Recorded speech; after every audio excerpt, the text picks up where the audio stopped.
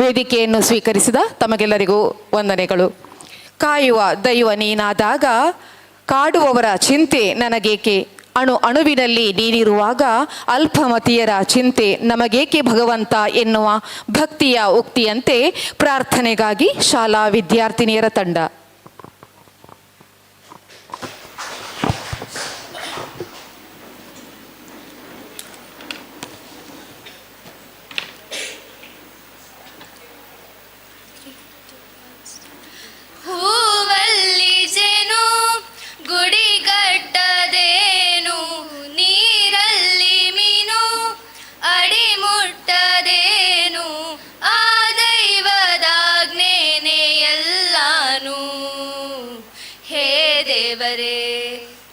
ದಯ ಪಾಲಿಸು ಈ ಬಾಳನು ಬೆಳಕಾಗಿಸು, ಹೇ ದೇವರೇ ದಯ ಪಾಲಿಸು ಈ ಬಾಳನು ಬೆಳಕಾಗಿಸು.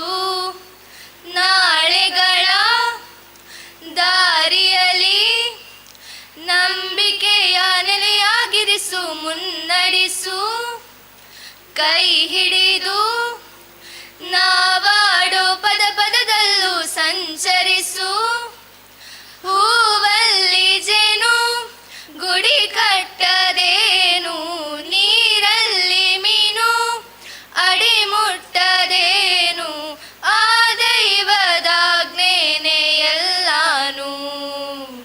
ಹೇ ದೇವರೇ ದಯ ಪಾಲಿಸು ಈ ಬಾಳನು ಬೆಳಕಾಗಿಸು, ಹೇ ದೇವರೇ ದಯ ಪಾಲಿಸು ಈ ಬಾಳನು ಬೆಳಕಾಗಿಸು. ವಂದನೆಗಳು ವಿದ್ಯಾರ್ಥಿಗಳಿಗೆ. ನಿಮ್ಮ ಉಪಸ್ಥಿತಿಯೇ ನಮ್ಮ ಗೌರವ. ವೇದಿಕೆಗೆ ತಮಗೆ ಸ್ವಾಗತ ಕೋರುವ ಈ ಕ್ಷಣ ನಮಗೆಲ್ಲ ಸದಾ ಸ್ಮರಣೀಯ. ಉಪಸ್ಥಿತರೆಲ್ಲರನ್ನು ಸ್ವಾಗತಿಸಲಿದ್ದಾರೆ ಶಿಕ್ಷಕಿ ಸುನೀತಾರವರು.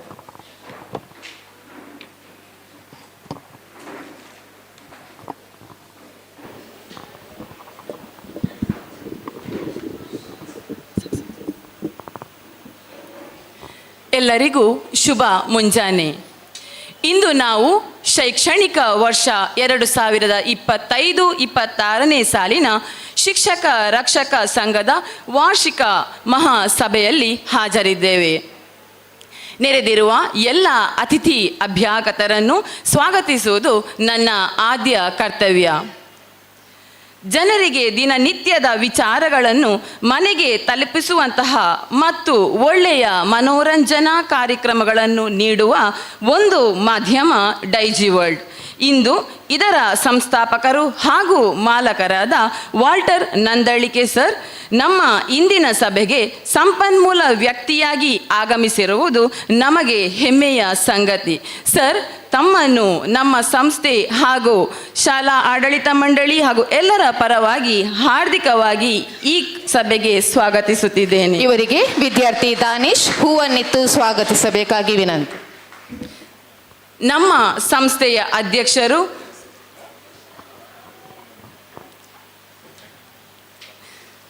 ಹಾಗೂ ಇಂದಿನ ಸಭೆಯ ಅಧ್ಯಕ್ಷತೆಯನ್ನು ವಹಿಸಿದಂತಹ ಜನಾಬ್ KA ಖಾದರ್ ಸರ್, ತಮಗೂ ನಮ್ಮ ಶಾಲಾ ಆಡಳಿತ ಮಂಡಳಿ ಹಾಗೂ ಎಲ್ಲರ ಪರವಾಗಿ ಗೌರವಯುತವಾಗಿ ಈ ಕಾರ್ಯಕ್ರಮಕ್ಕೆ ಸ್ವಾಗತಿಸುತ್ತಿದ್ದೇನೆ. ವಿದ್ಯಾರ್ಥಿ ಆಜಿಮ್ ಹೂವನ್ನಿತ್ತು ಸ್ವಾಗತಿಸಬೇಕಾಗಿ ವಿನಂತಿ.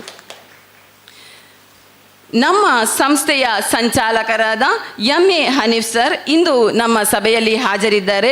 ತಮಗೂ ಇಂದಿನ ಸಭೆಗೆ ಎಲ್ಲರ ಪರವಾಗಿ ಆತ್ಮೀಯವಾಗಿ ಸ್ವಾಗತಿಸುತ್ತಿದ್ದೇನೆ. ವಿದ್ಯಾರ್ಥಿ ಝೀಶಾನ್ ಹೂವನ್ನಿತ್ತು ಸ್ವಾಗತಿಸಬೇಕಾಗಿ ವಿನಂತಿ.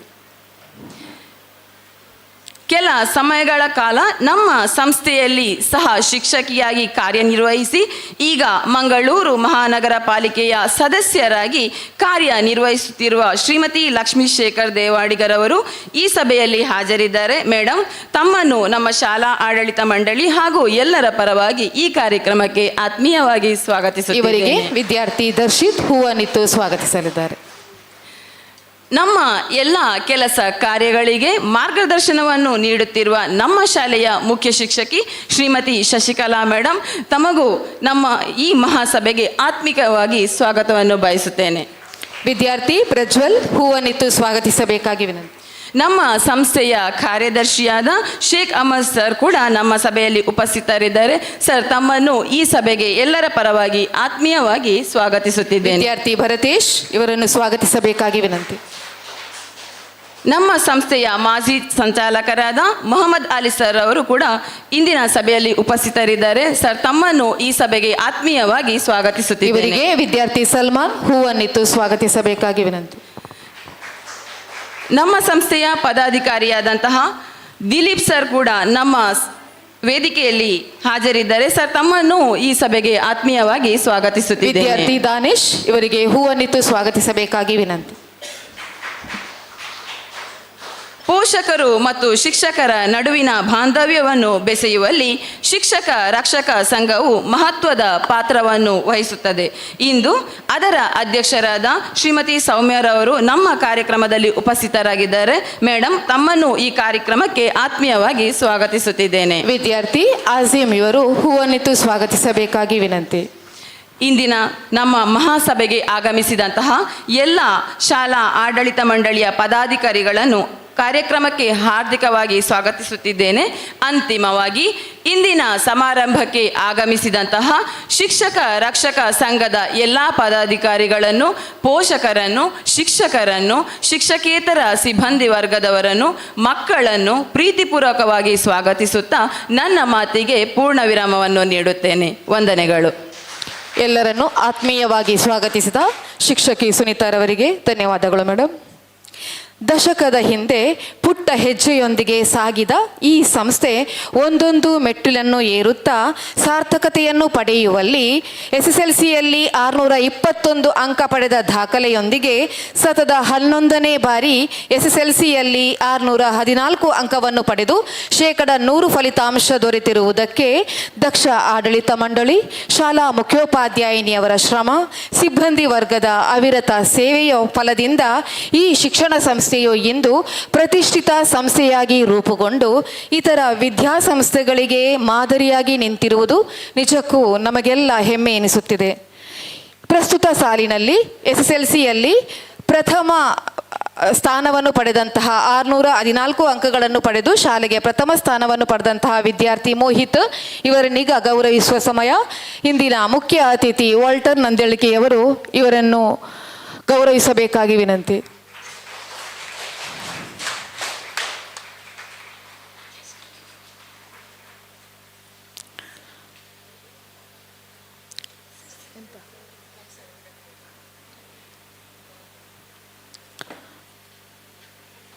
ಹಾಗೆ ದ್ವಿತೀಯ ಸ್ಥಾನವನ್ನು ಪಡೆದಂತಹ 608 ಅಂಕಗಳನ್ನು ಪಡೆದ ವಿದ್ಯಾರ್ಥಿನಿ ದೇವಪ್ರಿಯ ವೇದಿಕೆಗೆ ಆಗಮಿಸಬೇಕಾಗಿ ವಿನಂತಿ.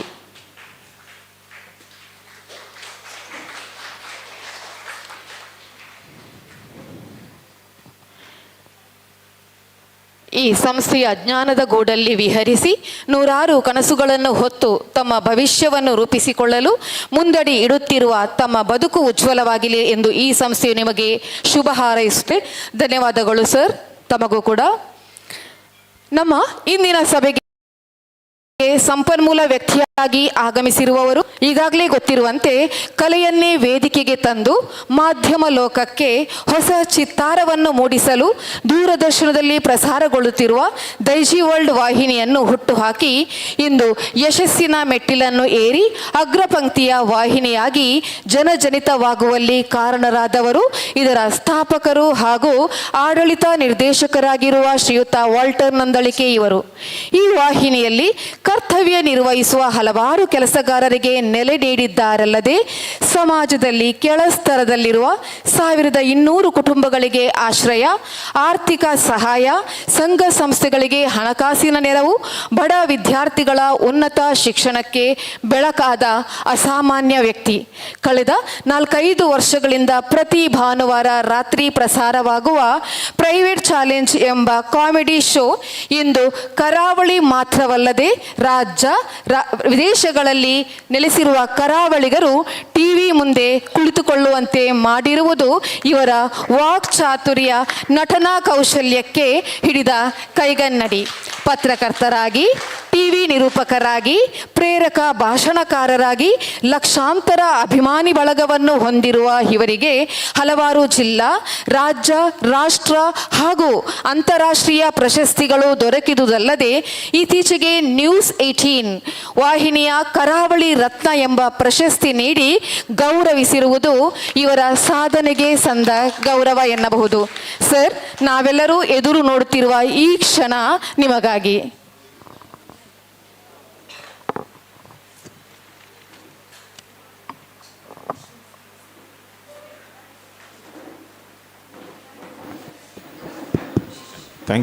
Thank you, madam, for that beautiful introduction.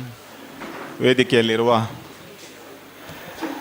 ಈ ಶಿಕ್ಷಣ ಸಂಸ್ಥೆಯ ಕರೆಸ್ಪಾಂಡೆಂಟ್ ಆತ್ಮೀಯರು ಹಾಗೂ ನಾನು ಇವತ್ತು ಇಲ್ಲಿ ಬರಬೇಕಾದ್ರೆ ಕಾರಣೀಕರ್ತರಾದಂತಹ ಶ್ರೀ ಹನೀಫ್ ಬಾಯಿ ಅವರೇ, ಇದೇ ಶಾಲೆಯಲ್ಲಿ ಟೀಚರ್ ಆಗಿ ಕೆಲಸ ಮಾಡಿ ಈಗ ಈ ವಾರ್ಡಿನ ಕಾರ್ಪೊರೇಟರ್ ಆಗಿ ಸೇವೆ ಸಲ್ಲಿಸುತ್ತಿರುವಂತಹ ಮೇಡಮ್ ಲಕ್ಷ್ಮಿಯವರೇ ಮತ್ತು ವೇದಿಕೆಯಲ್ಲಿರುವ ಎಲ್ಲ ಗಣ್ಯರೇ, ವಿಶೇಷವಾಗಿ teachers and non teaching faculty ಮತ್ತು ನನ್ನ ಅತ್ಯಂತ ಪ್ರೀತಿಯ ಪೋಷಕರೇ, ನಾನು ಈ ಶಾಲೆಗೆ ಬರುವುದು ಫಸ್ಟ್ ಟೈಮ್. ಹನೀಫ್ ಬಾಯಿ ಅವರು ಈ ಕಾರ್ಯಕ್ರಮಕ್ಕೆ ಬರಲಿಕ್ಕೆ ಹೇಳಿದಾಗ ನಾನು ಕಾರ್ಯಕ್ರಮ ಏನಂತ ಕೇಳಿದೆ. ಅದಕ್ಕೆ ಅವರು ಹೇಳಿದರು, ನೀವು ಬಂದು ಪೋಷಕರ ಹತ್ರ ಮಾತಾಡಬೇಕು ಅಂತ. ಪೋಷಕರೊಂದಿಗೆ ಮಾತಾಡೋದು ನನ್ನ ಫೇವರೆಟ್ ಸಬ್ಜೆಕ್ಟ್. ನಾನು ಇವತ್ತು ಇಲ್ಲಿ ನಿಂತು ನಿಮ್ಮೊಂದಿಗೆ ಮಾತಾಡ್ತಾ ಇದ್ದೇನೆ. Not as a chief guest, not as a resource person, I am talking to you as a parent. ಒಬ್ಬ ಪೋಷಕನಾಗಿ ನಾನು ಇವತ್ತು ನಿಮ್ಮೊಂದಿಗೆ ಮಾತಾಡಲಿಕ್ಕೆ ಬಯಸ್ತೇನೆ. ನಾನು ಚೀಫ್ ಗೆಸ್ಟ್ ಆಗಿ ಮಾತಾಡ್ತಾ ಇಲ್ಲ, ದಯಮಾಡಿ ಆ ದೃಷ್ಟಿಯಿಂದ ನೋಡಬೇಡಿ. ಯಾಕೆಂದ್ರೆ ನಿಮ್ಮನ್ಗೆ ಇಲ್ಲಿ ಅಡ್ವೈಸ್ ಮಾಡಲಿಕ್ಕೆ ನಾನು ಬರಲಿಲ್ಲ, ನೀವು ಹಾಗೆ ಮಾಡಬೇಕು ಹೀಗೆ ಮಾಡಬೇಕಂತ ಹೇಳಲಿಕ್ಕೆ ಬರಲಿಲ್ಲ. ನಾನೊಬ್ಬ ಪೋಷಕ, 3 ಮಕ್ಕಳ ತಂದೆ. ದೊಡ್ಡ ನನ್ನ ಮಗಳು, ಅವಳಿಗೆ 26 ವರ್ಷ, ಎರಡನೇ ಅವಳಿಗೆ 22, ಮೂರನೇವನು ನನ್ನ ಮಗ 12 ವರ್ಷ. ಈಗ ನನ್ನ ಬಾಲ್ಯ ವಿವಾಹನ ಅಂತ ಕೇಳಬೇಡಿ ನಿಮ್ಮ. ಅಂದರೆ ಈ 3 ಮಕ್ಕಳ ತಂದೆಯಾಗಿ ನಾನು ಎಲ್ಲಿಯಾದರೂ ತಪ್ಪು ಮಾಡಿದಿದ್ರೆ ಅದು ನಿಮ್ಮೊಂದಿಗೆ ಹಂಚ್ಕೊಳ್ತೇನೆ, ನೀವು ಮಾಡಬಾರ್ದು ಅಂತ. ಅಂದರೆ ಒಬ್ಬ ಪೇರೆಂಟ್ ಇನ್ನೊಬ್ಬ ಪೇರೆಂಟ್ನ ಕಷ್ಟ ಸುಖಗಳನ್ನು ಬಹಳ ಸುಲಭವಾಗಿ ಅನುಭವ ಅರ್ಥ ಮಾಡಿಕೊಳ್ಳಬಹುದು. ಮೊದಲನೇದಾಗಿ, first of all let me congratulate Chaitanya public school. ಯಾಕಂದರೆ 11 ವರ್ಷಗಳಲ್ಲಿ ನಿರಂತರವಾಗಿ 100% SSLCಯಲ್ಲಿ ರಿಸಲ್ಟ್ ಪಡೆಯುವುದು ಅಷ್ಟು ಸುಲಭದ ವಿಚಾರ ಅಲ್ಲ. ನಿಮ್ಮ ಈ ಚಪ್ಪಾಳೆ ನೀವು ನೀಡಿದ್ದು ವಿದ್ಯಾರ್ಥಿಗಳಿಗೆ, ನನಗೆ ಒಂದು ಜೋರಾದ ಚಪ್ಪಾಳೆ ನಮ್ಮ ಶಿಕ್ಷಕರಿಗೆ ಬೇಕು. ಅವರಿಲ್ಲದಿದ್ರೆ ಆಗೋದಿಲ್ಲ. ಎರಡನೇದಾಗಿ, ನಾನು ಈ ಶಾಲೆಯ ಕ್ಯಾಂಪಸ್ನ ಒಳಗೆ ಬಂದಾಗ ನಿಜವಾಗಿಯೂ ಐ ಫೆಲ್ಟ್ ವೆರಿ ನೈಸ್. ಒಂದು ಪಾಸಿಟಿವ್ ವೈಬ್ರೇಷನ್ ಆಯಿತು. ಅಂದರೆ ಹನೀಫ್ ಬಾಯಿ ಅವರು ಎಲ್ಲರೂ ಬಂದರು, ಬಹಳ ಆತ್ಮೀಯದಿಂದ ಬರಮಾಡಿಕೊಂಡ್ರು, ಒಳಗೆ ಹೋದರು. ಇಲ್ಲಿಯ ಈ ಡಿಸಿಪ್ಲಿನ್ ನೋಡಿ ತುಂಬ ಖುಷಿಯಾಯಿತು. ಆದರೆ ಇಲ್ಲಿ ಒಳಗೆ ಬಂದಾಗ ಒಂದು ಮಾತು ನನಗೆ ಭಾಸ ಆಗ್ತಾ ಇದೆ. ಇದು ಶಿಕ್ಷಣ ಸಂಸ್ಥೆ ಮಾತ್ರ ಅಲ್ಲ, ಇದು ಸರ್ವ ಧರ್ಮದ ಸಮ್ಮಿಲನ. ಇಲ್ಲಿ ಎಲ್ಲ ಧರ್ಮದ ಮಕ್ಕಳು ಪೋಷಕರು ಇದ್ದಾರೆ. ಇದು ನಮಗೆ ನಮ್ಮ ಇವತ್ತಿನ ಸಮಾಜಕ್ಕೆ ಬೇಕಾದದ್ದು. ಆದ್ದರಿಂದ ನಿಮಗೆಲ್ಲರಿಗೂ, ಎಲ್ಲ ಪೇರೆಂಟ್ಸ್ ಇದ್ದೀರಿ ನೀವು, first of all thank you for choosing Chaitanya public school. Definitely ಹೇಗೆ 621, 614 ಆಗಿದ, ಮುಂದೆ ನಿಮ್ಮ ಮಕ್ಕಳು ಒಂದಲ್ಲ ಒಂದು ರೀತಿಯಲ್ಲಿ, ಕೇವಲ ಕಲಿಕೆಯಲ್ಲಿ ಮಾತ್ರ ಅಲ್ಲ, ಒಂದಲ್ಲ ಒಂದು ರೀತಿಯಲ್ಲಿ ಈ ಸಮಾಜದಲ್ಲಿ ಲೀಡರ್ ಆಗಿ ಬೆಳೆಯುತ್ತಾರೆ ಎಂಬ ಭರವಸೆ ನನಗಿದೆ. ನಾನು ಇವತ್ತು ಜಾಸ್ತಿ ಮಾತಾಡಲಿಕ್ಕೆ ಹೋಗಲ್ಲ. ಇಲ್ಲಿ ಎದುರಲ್ಲಿ ಯಾರಾದರೂ ಕೂತ್ಕೊಂಡವರು, ನಿಮ್ಗೆ ಎಲ್ಲಿ ಅರ್ಜೆಂಟ್ ಅರ್ಧದಲ್ಲಿ ಹೋಗ್ಲಿಕ್ಕಿದ್ರೆ ನೀವು ಲಾಸ್ಟಿಗೆ ಕೂತ್ಕೊಳ್ಳಿ. ಯಾಕೆಂದರೆ ಅರ್ಧದಲ್ಲಿ ಮಾತಾಡುವಾಗ ಯಾರು ಎದ್ದು ಹೋಗಬೇಡಿ. ಯಾಕೆಂದರೆ ಬೇರೆಯವರಿಗೂ ಉಪದ್ರ, ನನಗೂ ಉಪದ್ರ ಆಗ್ತದೆ. ಅಂದರೆ ಕೆಲವು ಕಡೆ ನಾನು ನೋಡಿದ್ದೇನೆ, ಅಂದರೆ ನಾವು ಮಕ್ಕಳಿಗೆ ಡಿಸಿಪ್ಲಿನ್ ಕಲಿಸಿಕೊಡ್ತೇವೆ, ನಮಗೆ ಡಿಸಿಪ್ಲಿನ್ ಇಲ್ಲ. ಅರ್ಧದಲ್ಲಿ ಮಾತಾಡುವಾಗ ಎದ್ದು ಹೋಗಿ ಆಯಿತು, ಅಲ್ಲಿ ಬದಿಯಲ್ಲಿ ಇದ್ದವರಿಗೂ ಉಪದ್ರ, ಮಾತಾಡುವವರಿಗೂ ಸ್ಟೇಜಲ್ಲಿದ್ದವರಿಗೂ ಉಪದ್ರ. ಸೊ ಅರ್ಜೆಂಟ್ ಯಾರಾಗ ಹೋಗ್ಲಿಕ್ಕಿದ್ರೆ, ಕೆಲಸ ಇದೆ ಅದು ಇದು ಅಂದರೆ ನೀವು ಲಾಸ್ಟಲ್ಲಿ ಕೂತ್ಕೊಂಡು ಮೆಲ್ಲ ಅಥವಾ ಇಲ್ಲಿ ಕೂತ್ಕೊಂಡು ಅಲ್ಲಿಂದ ಹೋಗ್ಬೋದು. ನಾನು ಜಾಸ್ತಿ ಮಾತಾಡಲ್ಲ, ಆದರೆ ಇವತ್ತು ನಾನು ಮಾತಾಡುವ ವಿಷಯ 3 ವಿಷಯದಲ್ಲಿ ನಿಮ್ಮ ಗಮನವನ್ನು ಸೆಳೆಯುವಂಥ ಪ್ರಯತ್ನವನ್ನು ಮಾಡ್ತೇನೆ.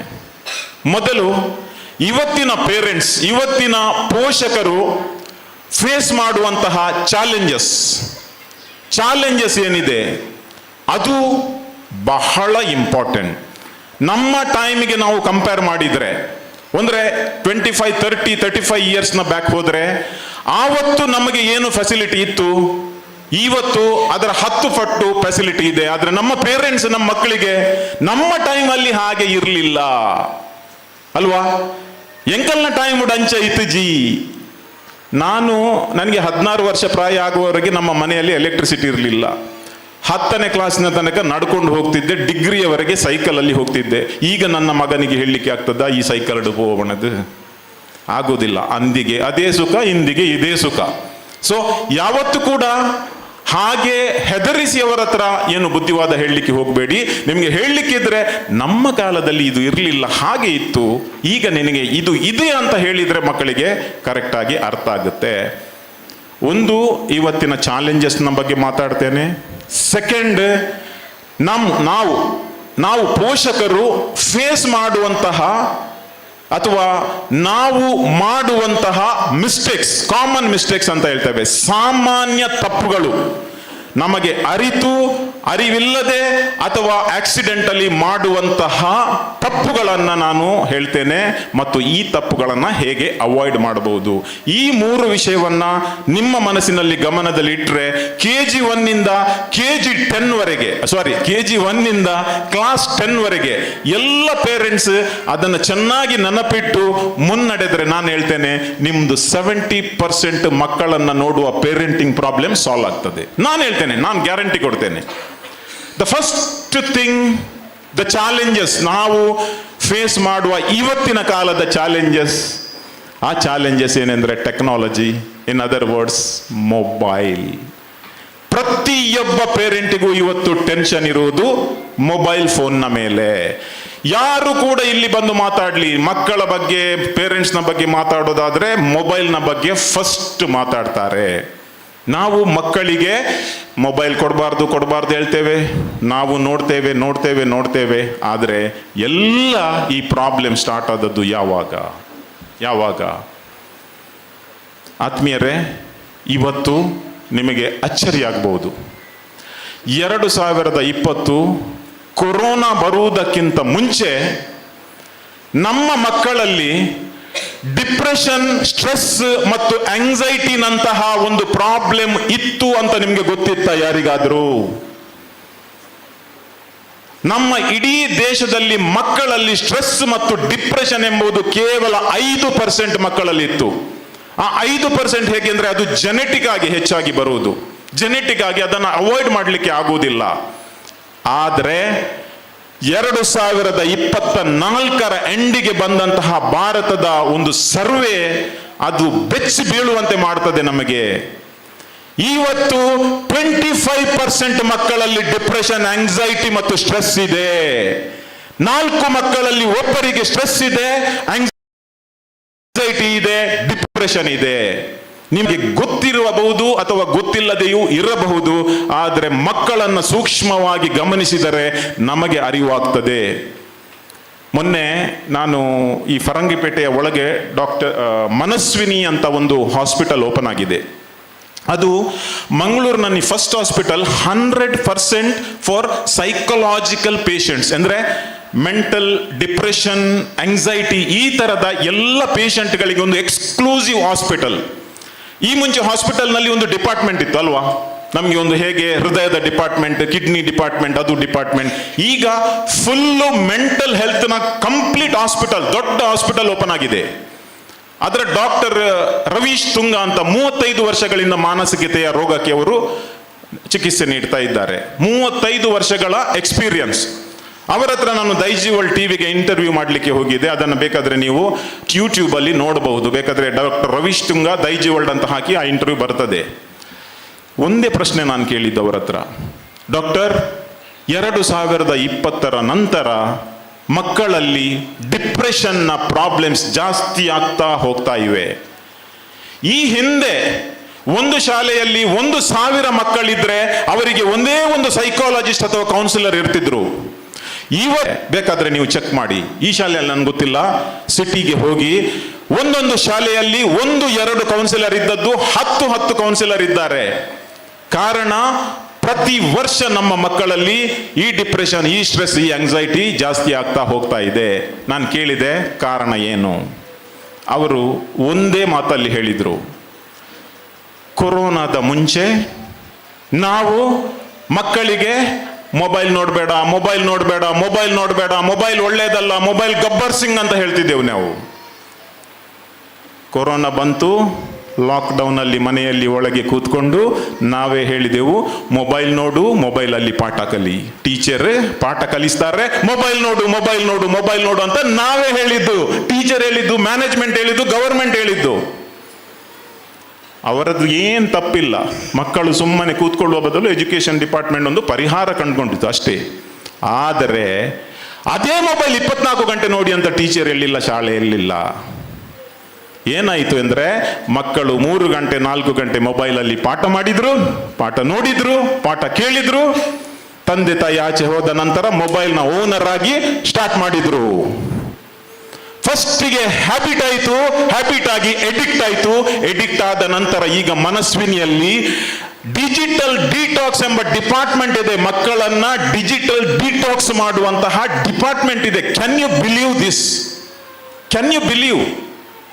ಮಕ್ಕಳ ಡಿಜಿಟಲ್ ಎಡಿಕ್ಷನ್ ಅನ್ನ ದೂರ ಮಾಡಲಿಕ್ಕೆ ಒಂದು ಡಿಪಾರ್ಟ್ಮೆಂಟ್. ಹೆದರಬೇಡಿ, ಡಿಪ್ರೆಷನ್, ಆಂಗ್ಸೈಟಿ ಒಂದು ರೋಗ ಅಲ್ಲ, ಒಂದು ರೋಗ ಅಲ್ಲ, ಮದ್ದಿಲ್ಲದೆ ಗುಣಪಡಿಸುವ ಒಂದು ಸಮಸ್ಯೆ ಅಷ್ಟೇ.